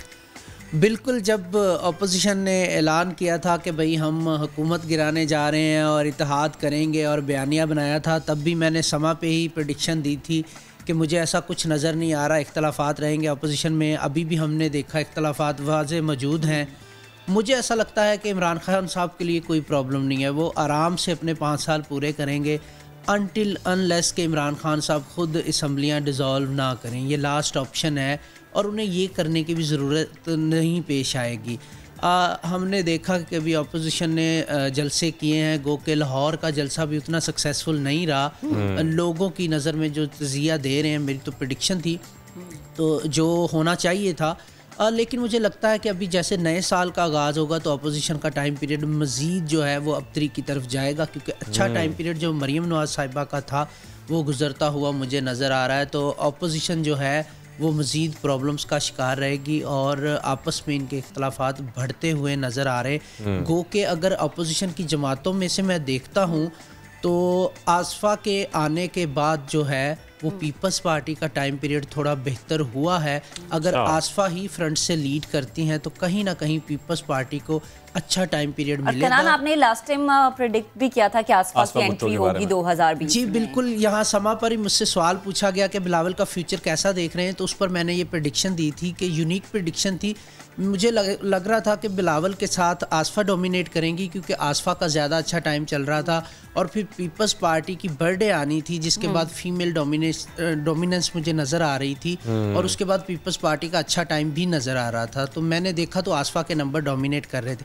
अब भी मुझे यही लग रहा है कि आसफा के आने के बाद पीपल्स पार्टी अच्छा जो है वो करेगी 2021 में। यानी मुझे लगता है कि बिलावल थोड़ा बैक एंड पे चले जाएंगे और मरियम को कम्पीट करेंगी आसफा। यानी कि पीपल्स पार्टी के पास आसफा की शक्ल में अल्टरनेट है बिलावल भुट्टो का, जो पीडीएम से पीछे थोड़ा हट जाएंगे। नून लीग के पास आपने कहा ना कि मरियम का अच्छा टाइम तो गुजर गया, लेकिन अभी तो वो कह रही हैं कि अभी अच्छा टाइम आएगा। नहीं, उनका अच्छा टाइम शायद ये हो सकता है कि फेब के बाद उनको आउट ऑफ कंट्री जाने का मौका मिल जाए। अच्छा, मतलब नवाज शरीफ नहीं आ रहे? नहीं, वो 2021 में नजर नहीं आ रहे। मुझे लगता है उनके आने की, आपने बात की, उनके आने के चांसेस तो मुझे ख़त्म होते नज़र आ रहे हैं। मुझे लगता है शायद उनकी स्पीचेस के हवाले से भी प्रॉब्लम्स रहें। जैसे हमने देखा था पास में कि एमक्यूएम के जो कायद थे उनको स्पीचेस के हवाले से पाबंदी का सामना करना पड़ा, इवन सोशल मीडिया पर भी। तो मुझे ऐसी सूरत भी नज़र आती है, क्योंकि 2021 का जो अदद है कहीं ना कहीं सोशल रिफॉर्म्स की तरफ भी इशारा कर रहा है। तो सोशली भी हमें बहुत सारी पाबंदियाँ देखने को मिलेंगी। कंटेंट के हवाले से तो मुझे लगता है कहीं ना कहीं उसकी जद में नवाज शरीफ साहब भी आते हैं। अच्छा, ये तो सियासी बातें हो गई। थोड़ा सा पाकिस्तान की मैशत के बारे में भी बताइएगा कि 2021 साल कैसा साबित होगा पाकिस्तान की मैशत के लिए। 2020 में हमने कोरोना के बावजूद हमने देखा कि पाकिस्तान की मईशत में बेहतरी आई और इसको पजीराई भी मिली दुनिया भर में। कोरोना लॉकडाउन के बावजूद हमारी पॉलिसीज अच्छी रही हुकूमत की। 2021 आप कैसा देख रहे हैं? मजीद बेहतर होगा, मजीद बेहतरी आएगी मईशत में? जी बिल्कुल, इस पर मैंने प्रेडिक्ट भी किया था कि हमें कोरोना से उतना नुकसान नहीं होगा मईशत को जितना हमें जो है वो बेनिफिट मिल जाएगा WHO से या दूसरे ममालिक से कर्जा जात की सूरत में, और अल्हम्दुलिल्लाह हमारी इकॉनमी को ज़्यादा नुकसान नहीं हुआ। इंटरेस्टिंग फैक्टर क्या है, पाकिस्तान की अगर हम डेट ऑफ बर्थ को देखते हैं तो पाकिस्तान 14 अगस्त 1947 को मार्ज वजूद में आया। 14 को अगर हम जमा करते हैं तो 1 और 4 को जमा करने से अदद 5 बनता है। और मज़ीद अगर हम देखते हैं तो 2021 को अगर हम जमा करते हैं 2 जमा 0 जमा 2 जमा 1 तो इसका अदद फिर से 5 आता है, जो पाकिस्तान का रूलिंग अदद है। तो 2021 का जो साल है वो पाकिस्तान के लिए बहुत लकी साल आने वाला है। पाकिस्तान का अपना ईयर है, तो जब किसी भी कंट्री का शख्स का रूलिंग नंबर दोबारा से आता है उसका मतलब ये होता है कि आप अपनी कोताहियों को, कमियों को दूर करते हो, आपका कम बैक होता है। तो पाकिस्तान का अगर मुआशी तौर पर मैं कहूँ कि ये कम बैक ईयर है तो ये गलत नहीं होगा। मुआशी तौर पे पाकिस्तान बहुत ज़्यादा स्ट्रॉन्ग होगा। पाकिस्तान का इंपोर्ट एक्सपोर्ट का जो बिज़नेस है वो पहले की निस्बत बहुत ज़्यादा मुझे बढ़ता हुआ नज़र आ रहा है। नई जो तिजारत है वो शुरू होगी पाकिस्तान। अभी हमने देखा कि जैसे 2020 का एंड जब आ रहा था तो फैसलाबाद में इंडस्ट्रीज 24 घंटे काम किया ना इन्होंने, और फिर हमें ये हुआ कि हमारे पास मुलाजमीन की कमी हो गई। ये कहते कि बाहर से लोग आएंगे, जो वजीर आजम ने बात की थी कि बाहर से नौकरियां लेने के लिए लोग आएंगे, वो सच भी साबित हो रही हैं। इसी हवाले से मैं देखूं तो 2021 में जॉब्स के हवाले से नई अपॉर्चुनिटीज़ पाकिस्तान में बनती हुई नज़र आ रही हैं। इंडस्ट्रीज़ के हवाले से 2021 बहुत अच्छा साल मुझे नज़र आ रहा है। सियाहत के हवाले से स्पेशली मैं यहाँ पे जिक्र करना चाहूँगा, टूरिज्म के बारे में बताइए। टूरिज्म के हवाले से बहुत अच्छा साल है। ट्रैवलिंग, टूरिज्म, ये बहुत अच्छे सेक्टर्स हैं पाकिस्तान के जो मुझे डोमिनेट करते हुए नज़र आ रहे हैं। उसके अलावा जो है इंपोर्ट एक्सपोर्ट हमारी बहुत अच्छा करती हुई मुझे नज़र आ रही है। तो मुझे लगता है कि सोशली तौर पे ट्रैवलिंग के हवाले से, फिर टूरिज्म के हवाले से पाकिस्तान में इंशाल्लाह इंपोर्ट एक्सपोर्ट के हवाले से, मईशत के हवाले से पाकिस्तान में जो आपको प्रोग्रेस देखने को मिलेगी वो शायद हमने 10-15 साल में नहीं देखी। अच्छा, वो 2021 में हमें ऐसी नजर आएगी। अच्छा, जैसे हमने ये तो चलें सेक्टर्स की बात होगी ना, जरा वो नाजरीन जो हमें देख रहे हैं उनको बड़ा होता है कि जी हमारा स्टार 2021 में कैसा रहेगा। ओवरऑल अगर हम फौरन से बात कर लें कि वर्गो, सेजिटेरियस, कैंसेरियन, इन लोगों का साल कैसा रहेगा 2021? देखिए, मैं इसको मजीद खतरे में कौन है, मैं इसको मजीद सिंपल कर देता हूँ।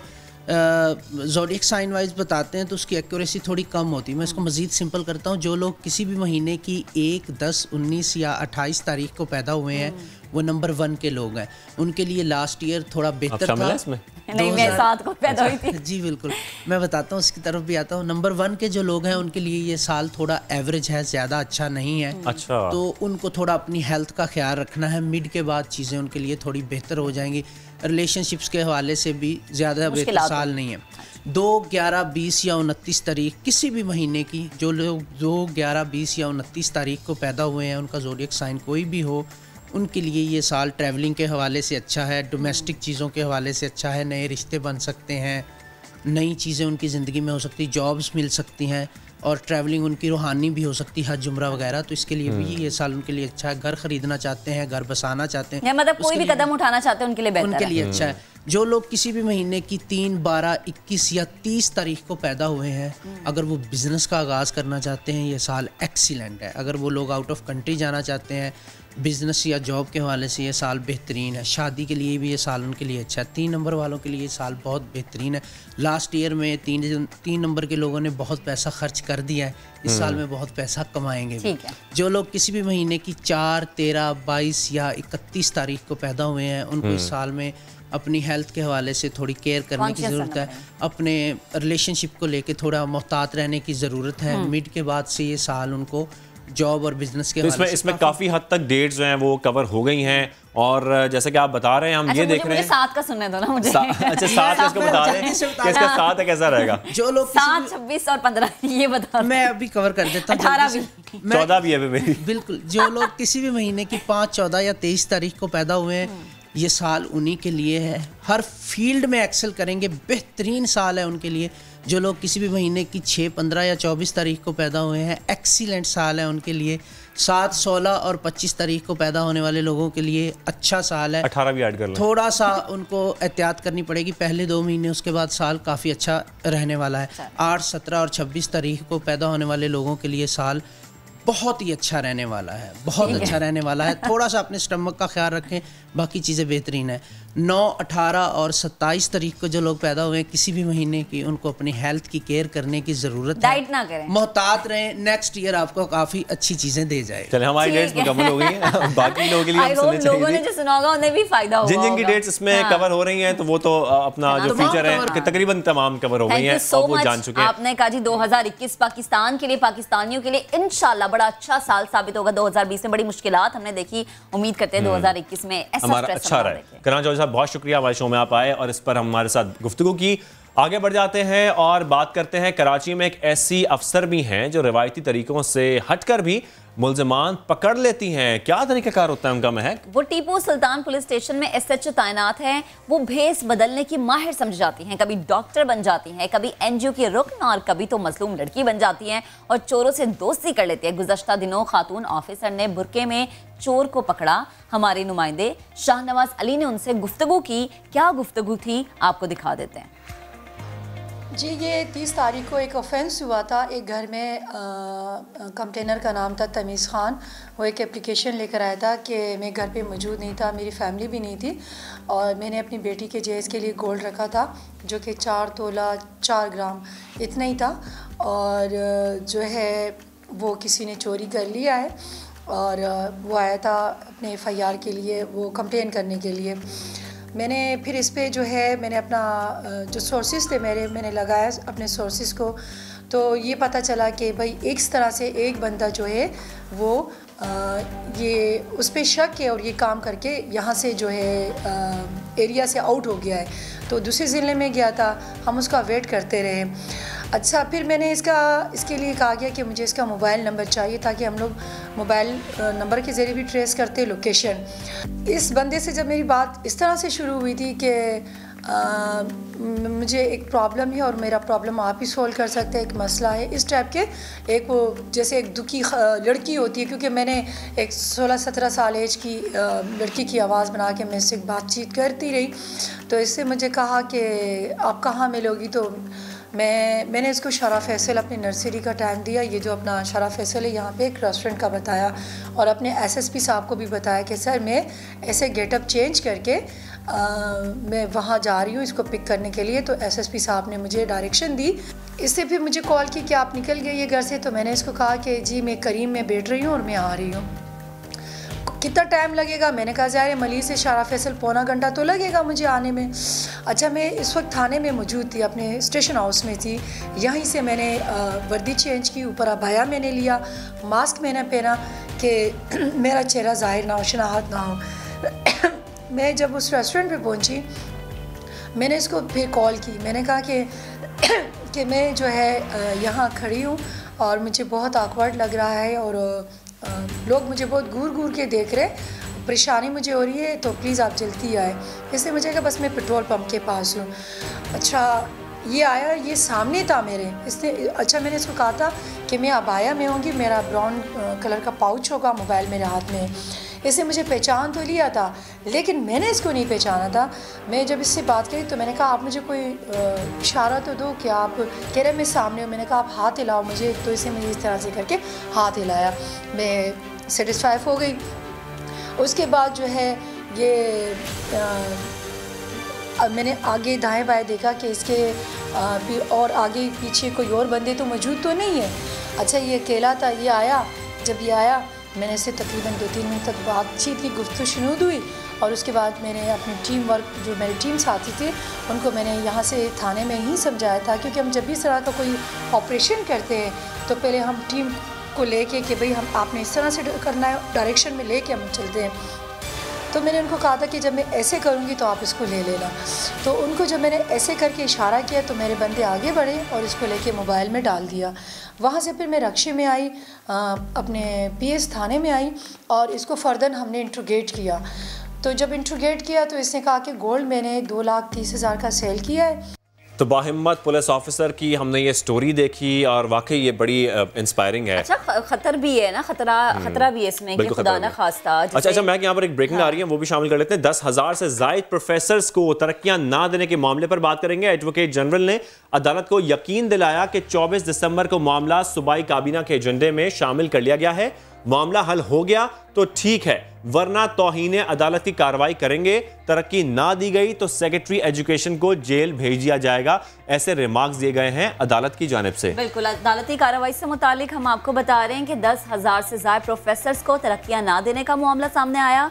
एडवोकेट जनरल ने अदालत को यकीन दिलाया कि 24 दिसंबर को मामला सूबाई काबीना के एजेंडे में शामिल कर लिया गया है। मामला हल हो गया तो ठीक, वरना तौहीन अदालत की कार्रवाई की जाएगी। तरक्की ना दी गई तो सेक्रेटरी एजुकेशन को जेल भेज दिया जाएगा। अदालत ने रिमार्क्स दिए हैं, अदालत की जानिब से रिमार्क्स सामने आए हैं। उससे पता चल रहा है कि बेंच थोड़ा सा गुस्से में था। 10,000 से ज़्यादा प्रोफेसर्स को तरक्कियाँ ना देने का मामला है। प्रोफेसर्स जो हैं कौम के ममार होते हैं और जाहिर सी बात है एक सेंसिटिव मामला है ये। तो आगे बढ़ते हैं और ज़रा अब अवामी मसलों का जिक्र कर लेते हैं। वैसे तो हम बहुत ही अवाम के मसाइल पे बात करते हैं, जी पानी नहीं मिलता, अच्छा उन्हें बिजली नहीं आती, कूड़ा बहुत ज़्यादा है। एक और मसला होता है कि जनाब आपकी सर्दियों में स्किन जो है वो फीकी पड़ जाती है, खुश्क हो जाती है, बाल भी गिरते हैं, होंठ भी फटते हैं, एड़ियाँ भी फट जाती हैं। लेकिन आपके किचन में जो फल मौजूद हैं वो किस तरह से इसका इलाज बनते हैं, ये हम आपको आज बताएंगे। सही तरीका क्या हो सकता है? इन वाला फल कौन सा है? कीनू। कीनू की हम बात करेंगे और कीनू की अनगिनत अज्जा से वो माला माल है। तो कीनू की हम बात करने जा रहे हैं जिसमें कार्बोहाइड्रेट्स भी हैं, फाइबर भी है, प्रोटीन भी है, vitamin A, vitamin C, phosphorus, potassium जैसी मादनियात मौजूद हैं और बड़ा ये फ़ायदेमंद है महक। तो हम इसके बारे में जानने की कोशिश करते हैं। डॉक्टर ईसा हमारे साथ मौजूद है, उनसे बात करते हैं, वो हमें क्या बताते हैं कीनू के बारे में। देखिए हम कहते हैं कि आम बादशाह है तो फिर मेरे ख्याल से कीनू वजीर होगा।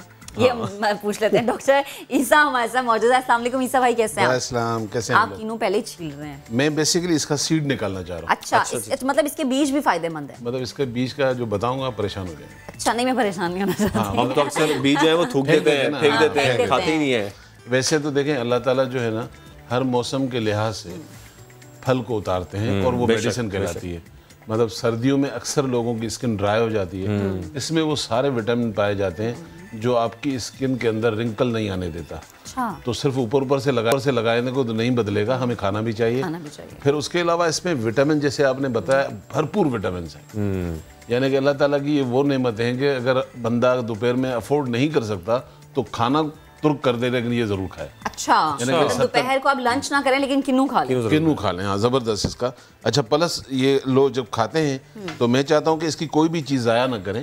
जैसे छिलके फेंक देते हैं ना खाने के बाद, तो आप क्या करें इसको सुखा लें और पाउडर बना लें। और पाउडर के बाद एक बेहतरीन जो आप स्किन जिसे शाइन करे और आपको लगे कि आपको 3-4 हज़ार रुपए का फेशियल कराना है, तो आप क्या करें ऑरेंज का छिलका ले लें, 1 टीस्पून। ये आपने पाउडर बनाया हुआ है? हाँ, इसी को सुखा कर पाउडर, ठीक है। अच्छा, उसमें आप डालेंगे जी जौ का आटा, ठीक है, 1 टेबल स्पून और संदलवुड पाउडर 1/2 टीस्पून, ठीक है। यानी कि 1 टेबल स्पून इनका ले लिया आपने, जौ का आटा ले लिया, ऑरेंज पील ले लिया और संदलवुड 1/2 टीस्पून। इसको मिक्स कर लें। स्किन क्योंकि सर्दियों में ड्राई हो रही तो इसको दूध से बनाएं, ठीक है, ठीक हो गया। अच्छा, इसको दूध से बनाने के बाद ये बन जाएगा आपका पेस्ट, ठीक है। अब आप इसको अप्लाई करें फेस के ऊपर, हल्का हल्का सा मसाज करें और इसका लेप लगाकर 20 से 25 मिनट छोड़ दें। उसके बाद वॉश करें। 3000 फेशियल की तो जरूरत नहीं है। सही है, घर में बन गया। फेशियल पे आपको जरूरत नहीं है, आप ये बिल्कुल घर में बैठ के कीनू के साथ बना सकते हैं। हफ्ते में 2 से 3 दफा करें। और ज्यादा बनाना चाहते हैं, हाथ पाँव पे नकल्स वगैरह ब्लैक होते हैं, कोनिया लोगों की पाँव के, वो ओवरऑल स्किन के लिए बहुत लगा सकते हैं। जी बिल्कुल। अच्छा, ये ऑयली और ड्राई स्किन दोनों के लिए? अगर बहुत ज़्यादा आपकी ड्राई है तो दूध में चले जाएं, अगर वैसे नॉर्मल ऑयली वगैरह है तो आप योगर्ट में कन्वर्ट कर लें, ओके, ठीक हो गया, मिक्स कर लें। अच्छा, मैं बताना ये चाह रहा था कि ये बीज जो हम उसके फेंक देते हैं, अक्सर बच्चों को ना वोमिटिंग या उल्टियाँ या वो कह लें लूज मोशन। अच्छा, दवाइयाँ देने के बाद भी अगर बंद ना हो तो आपके पास ऑप्शन क्या रह जाता है? आपके पास ऑप्शन ये है कि इसके अंदर के बीज 2 से 3 दाने पेस्ट बनाकर और एक केले के अंदर मिक्स करके बच्चे को या बड़े को खिला दें। एक ही दफा खाने से मोशन बंद हो जाएंगे। ओके। अच्छा, समटाइम डायरिया होता है, लूज मोशंस हो जाते हैं, तो उसमें ये बड़ा मिरेकल काम करता है।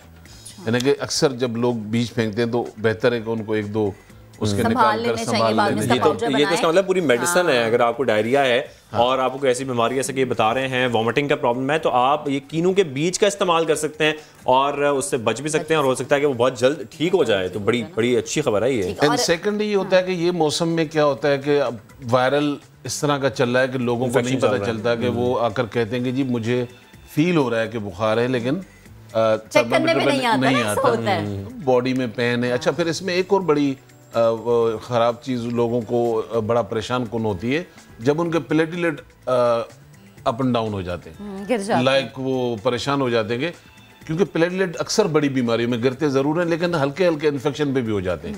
तो ऐसी सूरत में आप जब डॉक्टर के पास जाते हैं बड़े शौक से जाइए, लेकिन इमीडिएटली आपके बढ़ जाएं वापस झटपट वाला तो क्या करेंगे? 3 चीज़ें अल्लाह ताला की नेमतें याद रखें, अनार, एप्पल, ठीक है, 2 हो गई और तीसरी हो गई मौसमी। इन मौसमी, अनार और सेब, जी किनू। तो इस तीनों का आप ड्रिंक बनाकर दिन में आप रोजाना एक दफा भी पी लेंगे तो 3 से 4 दिन में उसका इम्पैक्ट आपको मिलना शुरू हो जाएगा। अच्छा, तो ये बड़ी ज़बरदस्त चीज़ है। सेकेंडली हमारा बड़ा एक हमारी बहनों का भी भाइयों का भी वो ये होता है कि जी सब कुछ तो कम हो रहा है, बेल ही कम नहीं हो रहा, पेट कम। ये वैसे मैंने भी सांस खिंचा पड़ा था। ये मेरा मसला भी है। सच बोल रहे हैं। अच्छा, तो ये कैसे काम किया जा सकता है? बहुत ही आसान तरीका। अगर दिन में 2 दफ़ा ड्रिंक पिए तो मैं नहीं समझता हूँ कि आपको मेडिसिन की ज़रूरत है, स्पेशली पेट अंदर करने के लिए। आपको लेना पड़ेगा जी पपीता, आप इतना ले लें। अच्छा, साथ एहतियात भी करनी है या बस ये कि मतलब ऐसा भी है कि कुछ खाने जो है वो अवॉइड भी करना है? हर चीज़ की ज्यादती, हर चीज़ की कमी आपको परेशान करती है। तो अल्लाह ताला ने कहा हर चीज़ को बैलेंस रखें। अब अगर आप रात को कढ़ाइयाँ, पिज़्ज़े और ये इस तरफ आ रहा था, हाँ, तो वो कई अगर आप काम ना करें और सिर्फ ये कहेंगे ये हमें चीज़ मिल जाए तो ऐसे नहीं होता। हर चीज़ ट्रे में रखी हुई आपको नहीं मिलती, मेहनत करनी पड़ती। तो हमें क्या करना है? पपीता लिया हमने 2 दाने ये लिए हैं। आप बेहतरीन ड्रिंक बनाए, दिन में 2 दफ़ा पिए। अच्छा, मेडिकल ये है कि आप अगर सिर्फ रात की रोटी कम कर दें, सुबह अच्छा नाश्ता करें, दोपहर में भी लाइट रखें, लेकिन रात का वॉल्यूम कम इसलिए रखें कि रात का खाना ही पेट बढ़ाता है। ठीक है, एक कॉलर भी हमारे साथ मौजूद है भाई, मिसेस मुगले आजम लाहौर से हमें उन्होंने ज्वाइन किया। अस्सलाम वालेकुम, गुड मॉर्निंग, कैसी हैं आप?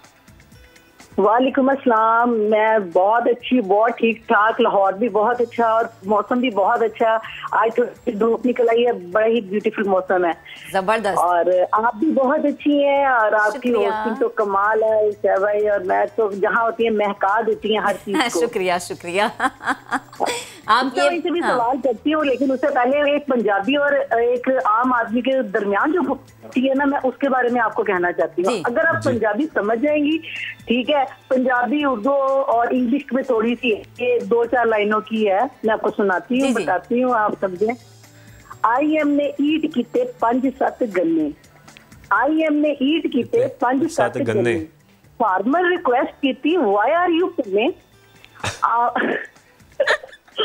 फार्मर ने रिक्वेस्ट की थी व्हाई आर यू पन्ने। ये आपने खुद लिखी है?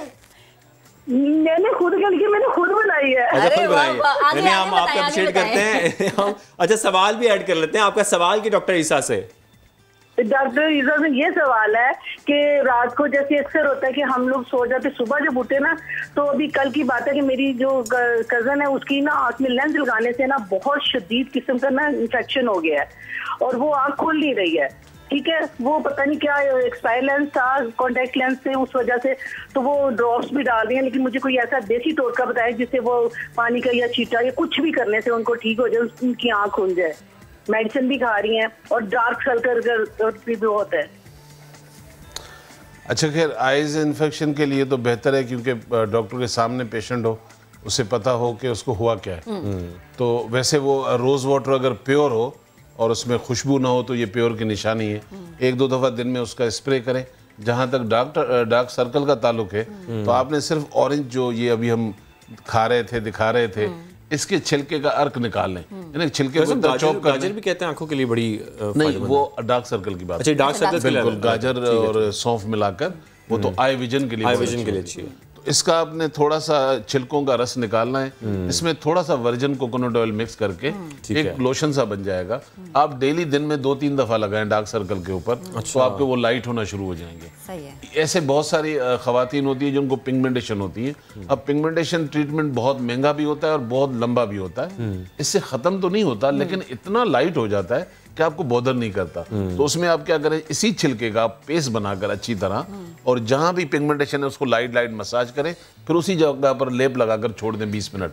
उसके बाद उसको वॉश कर लें, तो आप आस्ता आस्ता आपकी पिगमेंटेशन लाइट हो जाती है। यानी किनू का छिलका लिया, उसका पाउडर बनाया जैसे कि भी आपके पास मौजूद है? नहीं, फ्रेश का आपको पेस्ट बनाना है। लाइक फ्रेश लिए 2-4 अपने और मशीन में डाला, उसको पेस्ट बनाना है। अब वो पेस्ट जो है, पेस्ट बनाने के लिए आप चाहें तो थोड़ा सा इसमें ऑरेंज का ही जो ड्रिंक है वो थोड़ा सा ऐड करें, बजाय के पानी करें। अच्छा। तो वो पेस्ट आप लगाएं, उसको हल्का हल्का मसाज करें।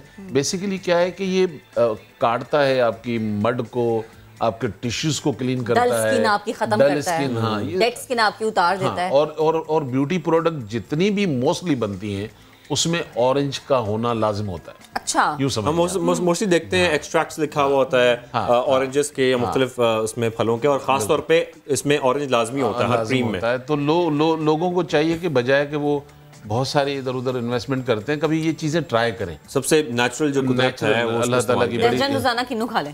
दर्जन रोजाना नहीं, किन्नू खा ले। आई मीन अगर दिन में वो 2-3 दाने खा रहा है तो सफिशिएंट है। जबरदस्त। और खास तौर पे बच्चों को तो ड्रिंक पिलाएं आप, उसमें डालें थोड़ा सा। अगर उनका गला किसी का होता है खराब, तो आप थोड़े से काला मिर्च डाल दें, काली नमक डाल दें, आपको वो इम्पैक्ट नहीं करता। अच्छा। तो हमारा सारा जो फोकस होना चाहिए, मैं अगर सपोज करेंगे अगर मेरे इख्तियार में हो तो मैं लोगों को कहूँगा यार खुदा को मानो, घर में दोपहर का खाना वो बजट कन्वर्ट कर दें आप मौसम के फल में, फ्रूट्स 2 से 3 फल मिक्स करके आप खा लें। ये एक आपकी मेडिसिन है। आप जो ले रहे हैं, डॉक्टर आपको क्या देता है, विटामिन देता है, तो मल्टीविटामिन तो यही है। और ये आप हर दफा ये बात भी मेंशन करते हैं कि मगरिब से पहले आप फलों का इस्तेमाल, फलों का जो भी इस्तेमाल है वो सूरज डूबने से पहले, क्योंकि इसके विटामिन से रात को आप बर्न नहीं कर सकेंगे। बॉडी कनेक्टेड टू सोलर है, सूरज निकलता है तो मैदा कहता है अब दो मुझे, लकड़ी भी दो, पत्थर भी दो, मैं हजम कर लूं, जो कि हम पाकिस्तानियों की आदत उसको चाय पापा देने की है। सूरज डूबने के बाद 80% आपका मैदा काम नहीं करता। हम कढ़ाई पिज़्ज़े खा रहे होते हैं, 6 महीने के बाद डॉक्टर के पास होते हैं, शाम में समोसे खा रहे होते हैं।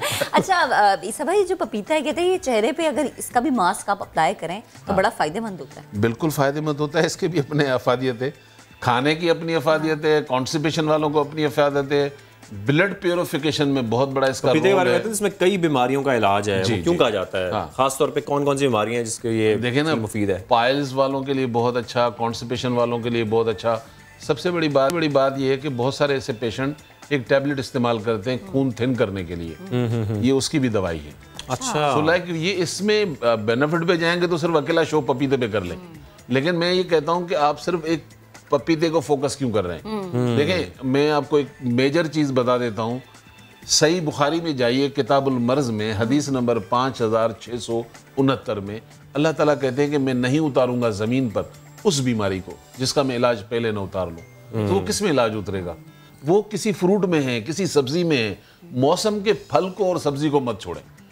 यानी कि हम अपनी पसंद की बुनियाद पर, नापसंद की बुनियाद पर चीज़ों को छोड़ते हैं। नहीं, मुझे बैंगन अच्छा नहीं लगता, मुझे भिंडी नहीं। एक न एक दिन आपकी बॉडी में उस चीज की कमी होगी और आप डॉक्टर ईसा के सामने होंगे। तो वहाँ 2-3 हज़ार रुपए दे रहे हैं तो ये खा लो ना भाई। तो बेहतर है पहले हम ईसा भाई, एक और चीज है, कहते हैं मैदे का जो अल्सर है, किन्नू का जूस उसके लिए फायदेमंद है।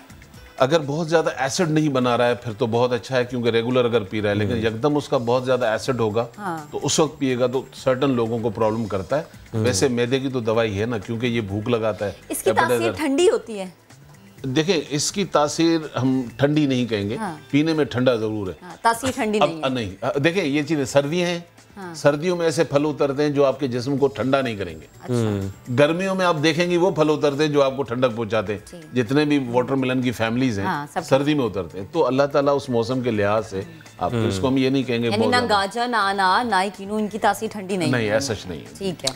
अच्छा, अनार भी बड़ा आजकल मार्केट में चलता रहा है, अभी पिछले दिनों तो खासतौर पर बहुत ज्यादा मिल रहा था। अनार के क्या फवायद हैं? अनार जो है ना, अनार को वो जो जुमला हमने सुना था कि एक अनार और 100 बीमार, तो बेसिकली ये बात भी एक हकीकत है कि अगर मेरे सामने एक अनार हाथ में और 100 मेरे सामने मरीज हो तो मैं शायद दूसरी दवाई ना लूँ, मैं इसे बना सकता हूँ। यानी कि इसकी अफादियत इतनी है। आप ये देखें कि अगर इसकी एक चीज़ नहीं, सिर्फ अनार खाने के जो अपने बेनिफिट हैं ब्लड के लिए, खून बढ़ाने के लिए, वो तो हैं ही, लेकिन सेकेंडली ये कि खुदा ना खास्ता आपके घर में अचानक किसी के नाक से या कहीं से भी ब्लड आ रहा है, आपके पास क्या है इमरजेंसी में? अनार का फूल। अच्छा, आप उठाएं, उसका पाउडर लें और उसकी आधी चमची सुबह शाम दे दें। नक्सीर तो उसी वक्त बंद हो जाती है, सर्टेन टाइम साइकिल थोड़े से वो हो जाते हैं, अनकंट्रोल हो जाते हैं। अनार के बीज के बारे में मैं पूछता हूँ, हमारे साथ कॉलर भी हैं, उनसे ही बात कर लेते हैं। मदीहा ने हमें ज्वाइन किया है कराची से। मदीहा, आप क्या सवाल करना चाहती हैं डॉक्टर ईसा से? अस्सलाम वालेकुम। जी गुड मॉर्निंग।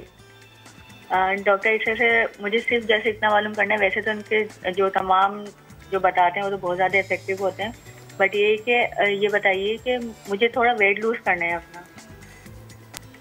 वेट लूज करना चाह रहे हैं? सही।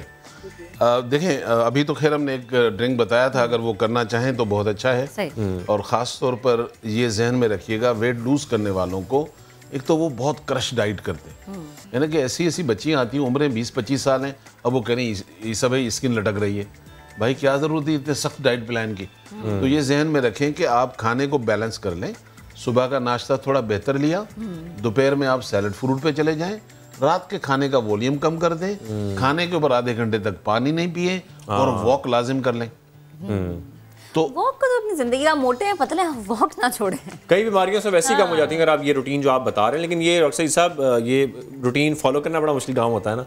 नहीं, देखें, आपके लिए 4-5 हज़ार मुझे देना आसान है और आप अपनी लाइफ स्टाइल नहीं बदलेंगे तो मैं भी तो दवाई एक्सरसाइज और वॉक को शामिल करना लाज़िम है। आप इसका इंतजार भी नहीं करेंगे, आप बीमार हैं। अच्छा, अगर आप रात में भी एक्सरसाइज अपनी कंटिन्यू कर लें कोई प्रॉब्लम नहीं है? खाने के बाद तो 40 मिनट चलना सुन्नत है।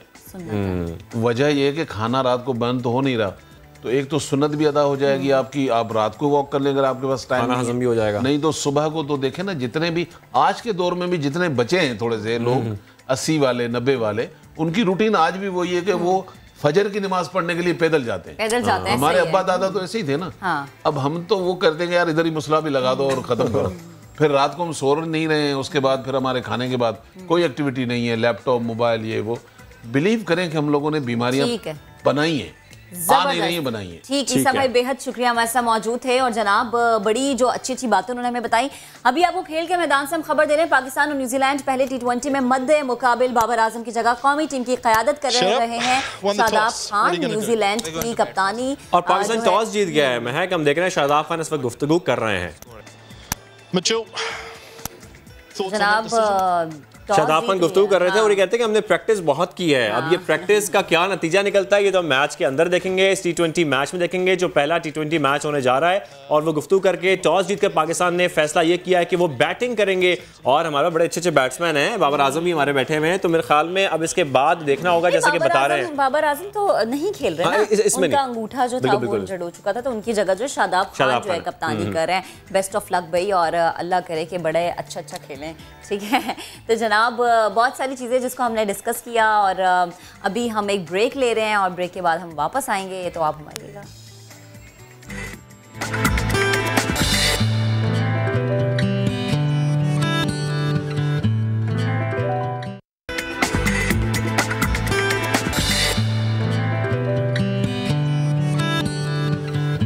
Welcome back. आज हम करेंगे मुआशरे के ऐसे हिस्से की बात जो पूरा साल यानी 12 महीने बेहिसाब मेहनत करता है। ये वो हैं जिनकी वजह से हमें अनाज मिलता है, लेकिन हम इन्हें शायद उस तरह याद नहीं करते जिस तरह हमें करना चाहिए। शायद हमें इनकी मेहनत का अंदाज़ा ही नहीं है मैं कि वो कितनी मेहनत करते हैं और उसका क्या नतीजा निकलता है। बिल्कुल, और याद करने की बात से याद आया कि हम वो हक नहीं अदा करते जिनका हक है। हम बात करें अपने किसान भाइयों की जो दिन रात मेहनत करते हैं, नहीं देखते कि धूप है, नहीं देखते कि बारिश है, मौसम कैसा भी है, उन्होंने मेहनत करनी है क्योंकि उन्होंने हमें मौसमी खाने पीने की अशिया पहुंचानी है।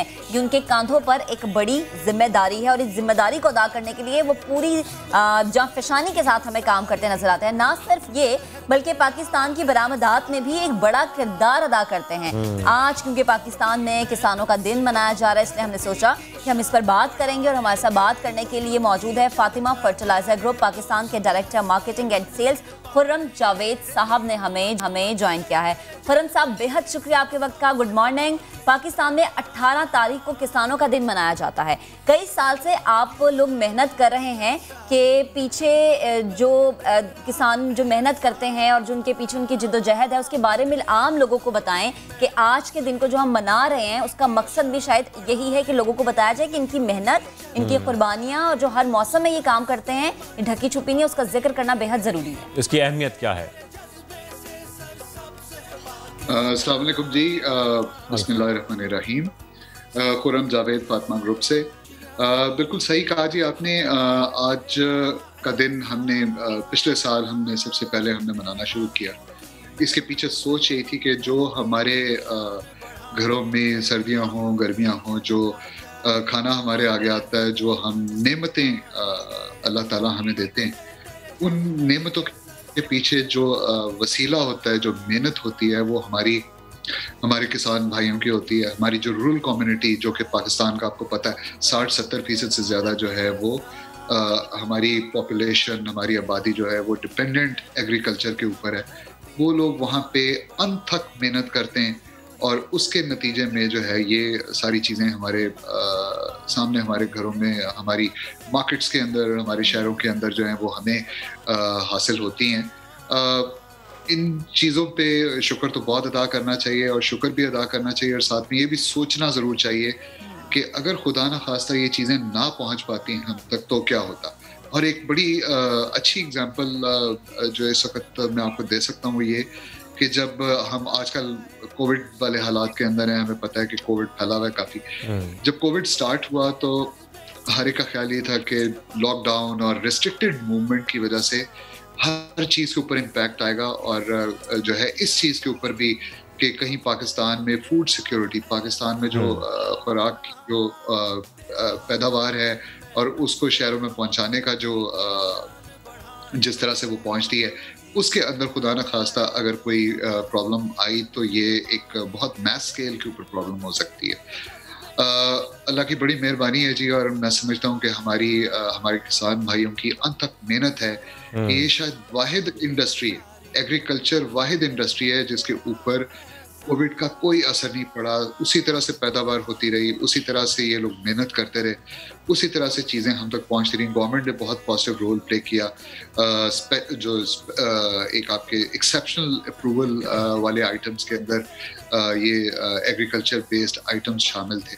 तो ये हमें पहली दफ़ा जो है शायद थोड़ा सा महसूस होना शुरू हुआ कि ये एक ऐसी नेमत हमें हासिल है जिसके हम कभी उस तरह से शुक्रगुजार नहीं हुए। बिल्कुल जी आइडिया ये था कि हम लोग ट्रिब्यूट पेश करें, खराज तहसीन पेश करें अपने किसान भाइयों को कि हमारे लिए वो इतनी मेहनत करते हैं और इतने मसाइल के बावजूद भी ऑल नो कि वो पॉवर्टी लाइन से उनमें से बहुत से किसान जो हैं वो कितना नीचे हैं। और हमारे मुल्क में यील्ड की भी काफ़ी कमी है, हमारे मुल्क में फैसिलिटीज़ की, मॉडर्न एग्रीकल्चर की बहुत कमी है। इसके बावजूद वो जिस मेहनत के साथ ये चीज़ें हम तक पहुँचाते हैं, मेरी तरफ से तो सलाम है उनको, और हम जितनी भी उनकी तारीफ करें और खराज तहसीन पेश करें कम। बिल्कुल हम उनको सलाम पेश करते हैं किसान भाइयों को। खुर्रम साहब ये भी बताइएगा कि जो फातिमा फर्टिलाइजर्स है वो खुसूसी तौर पर किसानों के लिए क्या कर रही है? जी बिल्कुल, एक तो खराज तहसीन, दो एलिमेंट्स हैं जी आज के दिन के। एक तो एलिमेंट है कि हम रिकॉग्नाइज करें अपने किसान भाइयों को, अपनी ज़राअत को, अपनी रूरल कम्युनिटी को। दूसरा जो एलिमेंट है इसका वो हमारे अज़म का है कि हम ऐसा क्या कर सकते हैं कि उनके लिए बेहतरी निकले फ्यूचर के अंदर। तो आप जानते हैं, मैं जैसे अर्ज कर रहा था कि पाकिस्तान में एग्रीकल्चर जो है वो कन्वेंशनल है, ट्रेडिशनल है, प्रिमिटिव है, मॉडर्न लाइंस के ऊपर सेट नहीं है। इसकी वजह से हमारी यील्ड जो है, जो हम पैदावार हासिल करते हैं, वो तरक्की याफ्ता ममालिक से बहुत कम है, 2-3 गुना कम है। अगर जो है उस चीज़ को हम एड्रेस कर लें किसी तरह से, तो न सिर्फ हमारी ओवरऑल इकोनॉमी के लिए बहुत बेहतर होगा, बल्कि हमारी रूरल कम्युनिटी, हमारे किसान भाइयों की प्रॉस्पेरिटी के लिए ये चीज़ बहुत ज़रूरी है। तो इसके लिए जो है ऑलरेडी हमने काम स्टार्ट कर दिया।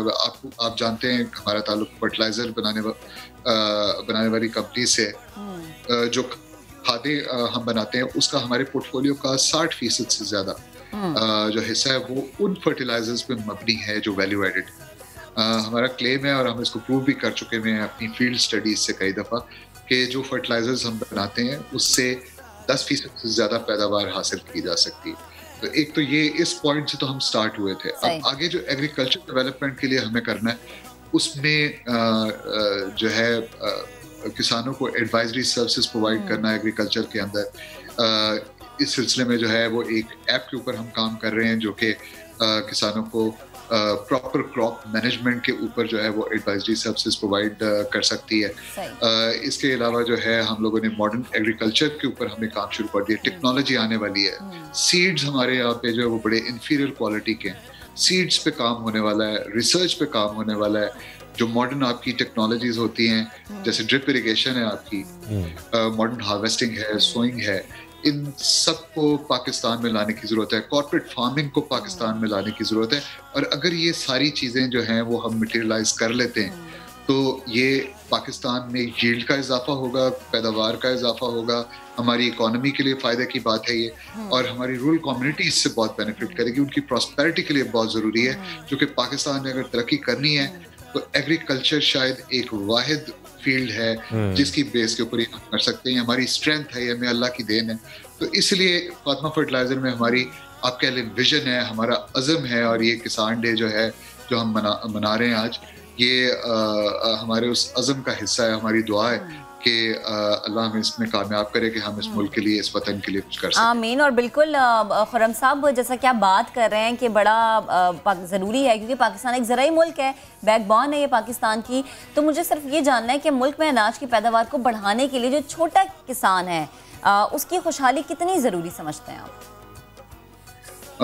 जी, ये रीढ़ की हड्डी है एक तरह से हमारे मुल्क की। हमारे मुल्क में जो अगर आप देखें जो एरिया कल्टीवेट होता है और उसमें से आपकी 100% जो आपकी रूरल आबादी है, जो आपका, और पाकिस्तान में ज़्यादातर छोटा किसान ही है जी। अगर आप एक एवरेज हमारी देखेंगे जो एकड़ेज इन किसानों को हासिल है वो 5 से लेके 10 एकड़ बड़ी मतलब छोटी हमारी बड़ी फ्रेगमेंटेड हमारी ज़राअत है।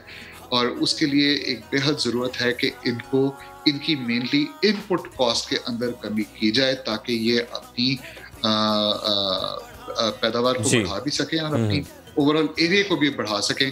उसके लिए मैंने बयान किया कि जो तरीके इख्तियार करने चाहिए या किए जा सकते हैं, बेसिकली काम तो वही है। और हमसे पहले बहुत से मुल्क के काम करके जो है इस पर तरक्की कर चुके हैं और इसका फ़ायदा उठा रहे हैं। तो ये कोई नई चीज़ नहीं है।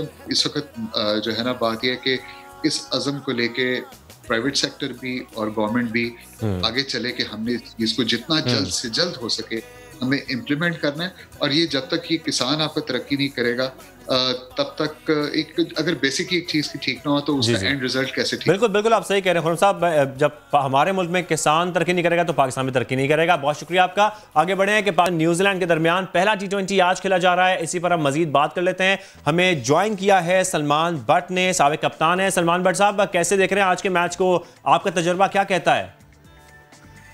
अस्सलाम जी। ऑब्वियसली और न्यूजीलैंड में हमेशा कंपटीशन बहुत अच्छा होता है और टफ टीम है अपने ओन बैकयार्ड में।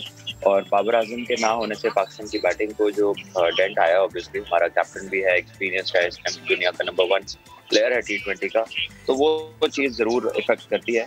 लेकिन यह है कि यंगस्टर्स के लिए मौका है कि अपने आप को प्रूव करें। Person like Abdullah Shafique, Rizwan yet to establish as a batsman in T20s, उसके पास भी मौका है कि अपने आप को प्रूव करें। बिल्कुल सलमान, हम ये चीज़ डिस्कस करना चाह रहे थे। हमने देखा कि बाबर की तो कमी महसूस होगी यकीनन, एंट्री है तो किसी प्रेशर में तो हमें अपनी टीम नजर नहीं आएगी। देखिए, प्रेशर अब लेना नहीं चाहिए। तो अब अल्लाह की तरफ से मतलब है कि उसको इंजरी हो गई, ये कोई प्लान तो नहीं होता, खुदा न खास्ता, you never plan for an injury. तो अब ये हो गई है चीज़, अब इसके ऊपर कितना आप कर सकते हैं, वो इंशाल्लाह 2 वीक्स में ठीक हो जाएंगे। मीनवाइल जो लड़के हैं उनको अपनी ट्राई करनी है, बेहतरीन कोशिश करनी है अपनी परफॉर्मेंस देने की, और उसमें जो भी रिजल्ट आता है फिर उसको एक्सेप्ट करना है। अच्छा सलमान, जैसे हम देख रहे हैं कि बाबर आजम एक वजह की वजह से चले गए हैं, तो आप समझते हैं कि ऐसे नए जो खिलाड़ी हैं उनको चांस मिलता है? जैसे हमारे पास एग्जांपल हैदर अली की भी है, तो उनको मौका मिलेगा कि वो अपने आप को प्रूव करें और बेहतर? देखिए, हैदर अली बेसिकली तो पहले से खेल रहे हैं, वो टीम का हिस्सा ही हैं, वो पिछली सीरीज भी खेले हैं, इंग्लैंड में भी खेले हैं। So person like Abdullah Shafique उसकी ये अपॉर्चुनिटी है, डेब्यू में उन्होंने रन किए थे जिम्बाब्वे के खिलाफ। उसके बाद रिजवान है, ओपनिंग पोजीशन उनको मिली है, अब देखते हैं वो ओपनिंग में क्या करते हैं। और इसी तरह शादाब का भी टेस्ट होगा क्योंकि वो कप्तानी पहली दफ़ा करेंगे। और देखना यह कि कॉम्बिनेशन किस तरह जो है ना वो प्लेसेस किस तरह अपनी डिसाइड करते हैं कौन कहाँ खेलेगा, किसका क्या रोल होगा। क्योंकि जब आपका मेन प्लेयर टीम से निकलता है तो at times you have to guess your roles. उस बारे में जितनी क्लैरिटी होगी उतनी आसानी होगी। और कीप इन माइंड कि न्यूजीलैंड के भी 4 से 5 मेन प्लेयर्स नहीं खेल रहे, तो बहुत ज़्यादा नहीं होगा। मैं एक और चीज़ आपसे पूछना चाह रही थी, बड़ा तजुर्बा है माशाल्लाह, आपकी बड़ी कमांड है, तो मुझे ये बताएं कि जब न्यूजीलैंड में खेला जाता है तो वहाँ के जो ग्राउंड हैं वो थोड़े छोटे हैं, वहाँ की कंडीशंस कितनी मुश्किल हो सकती हैं, ये कितनी मुश्किल होती आई हैं, इस पर भी प्लीज़ ज़रा बात कीजिएगा। T20 में तो अच्छी पिचेस तैयार होंगी जिस पे रन ज्यादा होते हैं। T20 में पिचेस नॉर्मली ना ग्रीन होती हैं ना उन पे बहुत ज्यादा मूवमेंट होती है, तो पिचेस क्योंकि ये गेम इस तरह की है कि लोग एंटरटेनमेंट चाहते हैं, तो ये पिचेस अच्छी होती हैं जो जनरली बैटिंग को फेवर करती हैं। और दूसरा जो ग्राउंड की आपने बात की है, यस उसके एंगल्स डिफरेंट होते हैं। वो पूरी काफी ऐसी ग्राउंड है न्यूजीलैंड में जो पूरी सर्कल में ओवल नहीं होता, उसमें कटिंग हुई होती है, तो किसी तरफ बाउंड्री लेट से 50 किया तो किसी तरफ 70 किया, किस तरफ 52 किया तो किस तरफ 75 किया है। तो वो एंगल्स एज अ कैप्टन आपने रीड करने होते हैं, फिर उस हिसाब से अपने बॉलर्स लगाने होते हैं कि किसको आपने लंबा एंगल देना है, किसको आपने छोटा एंगल देना है, with the spin against the spin, wind factor देखना होता है। तो ये सारी चीजें जो है कैप्टन को और मैनेजमेंट को पहले से पता होनी चाहिए, इसीलिए आप उन ग्राउंड्स में जाकर प्रैक्टिस करते हैं ताकि आप कंडीशंस को अच्छी तरह रीड कर लें और उसके अकॉर्डिंगली प्लान करें। अच्छा सलमान, ये भी बताइएगा कि इन मैचेस की अगर बात करें तो आप हमारी टीम की, पाकिस्तानी टीम की क्या स्ट्रेंथ्स देख रहे हैं, क्या वीकनेसेस देख रहे हैं?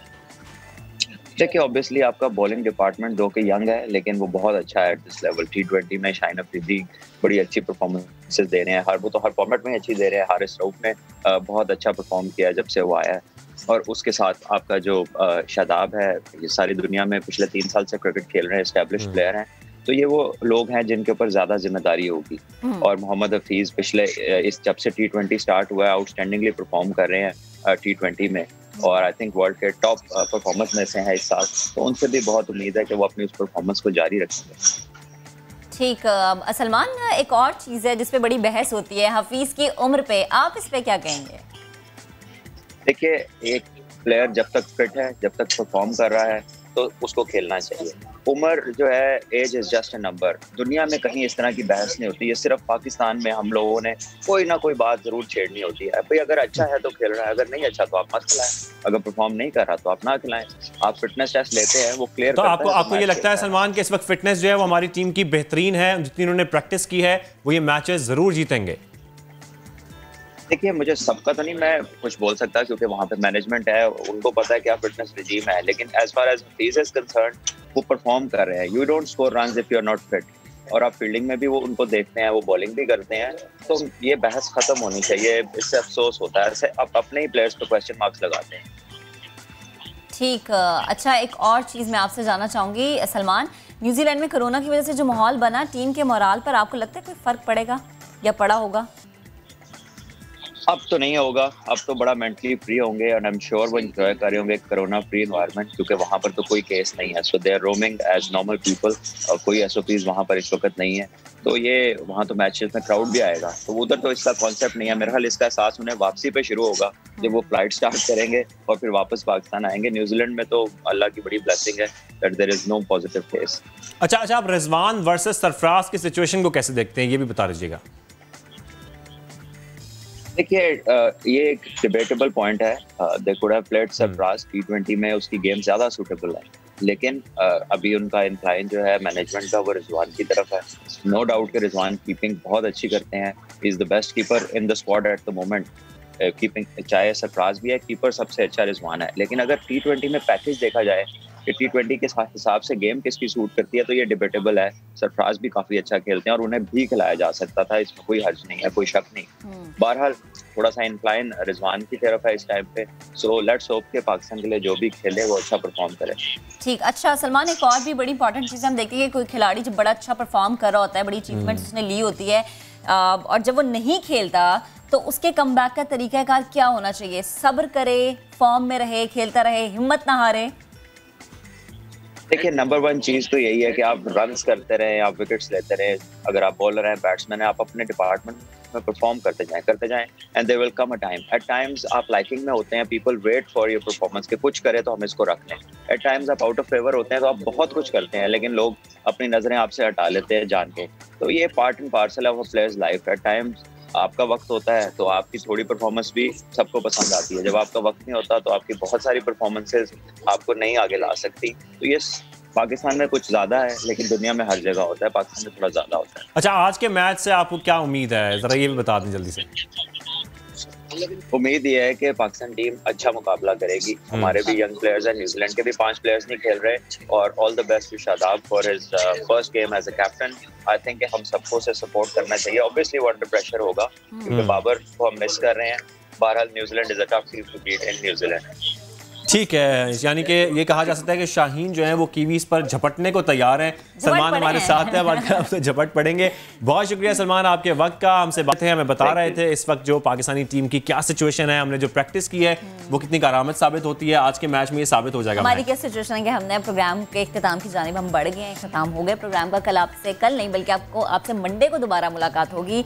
और जनाब अच्छा सा वीकेंड गुजारें, खुश रहें, खुश रखें दूसरों को, लेकिन इसके साथ साथ वीकेंड पे प्लीज़ बिला ज़रूरत घर से बाहर ना जाएं, मास्क लगाएं, समाजी फासला इख्तियार करें। अल्लाह ने की बात।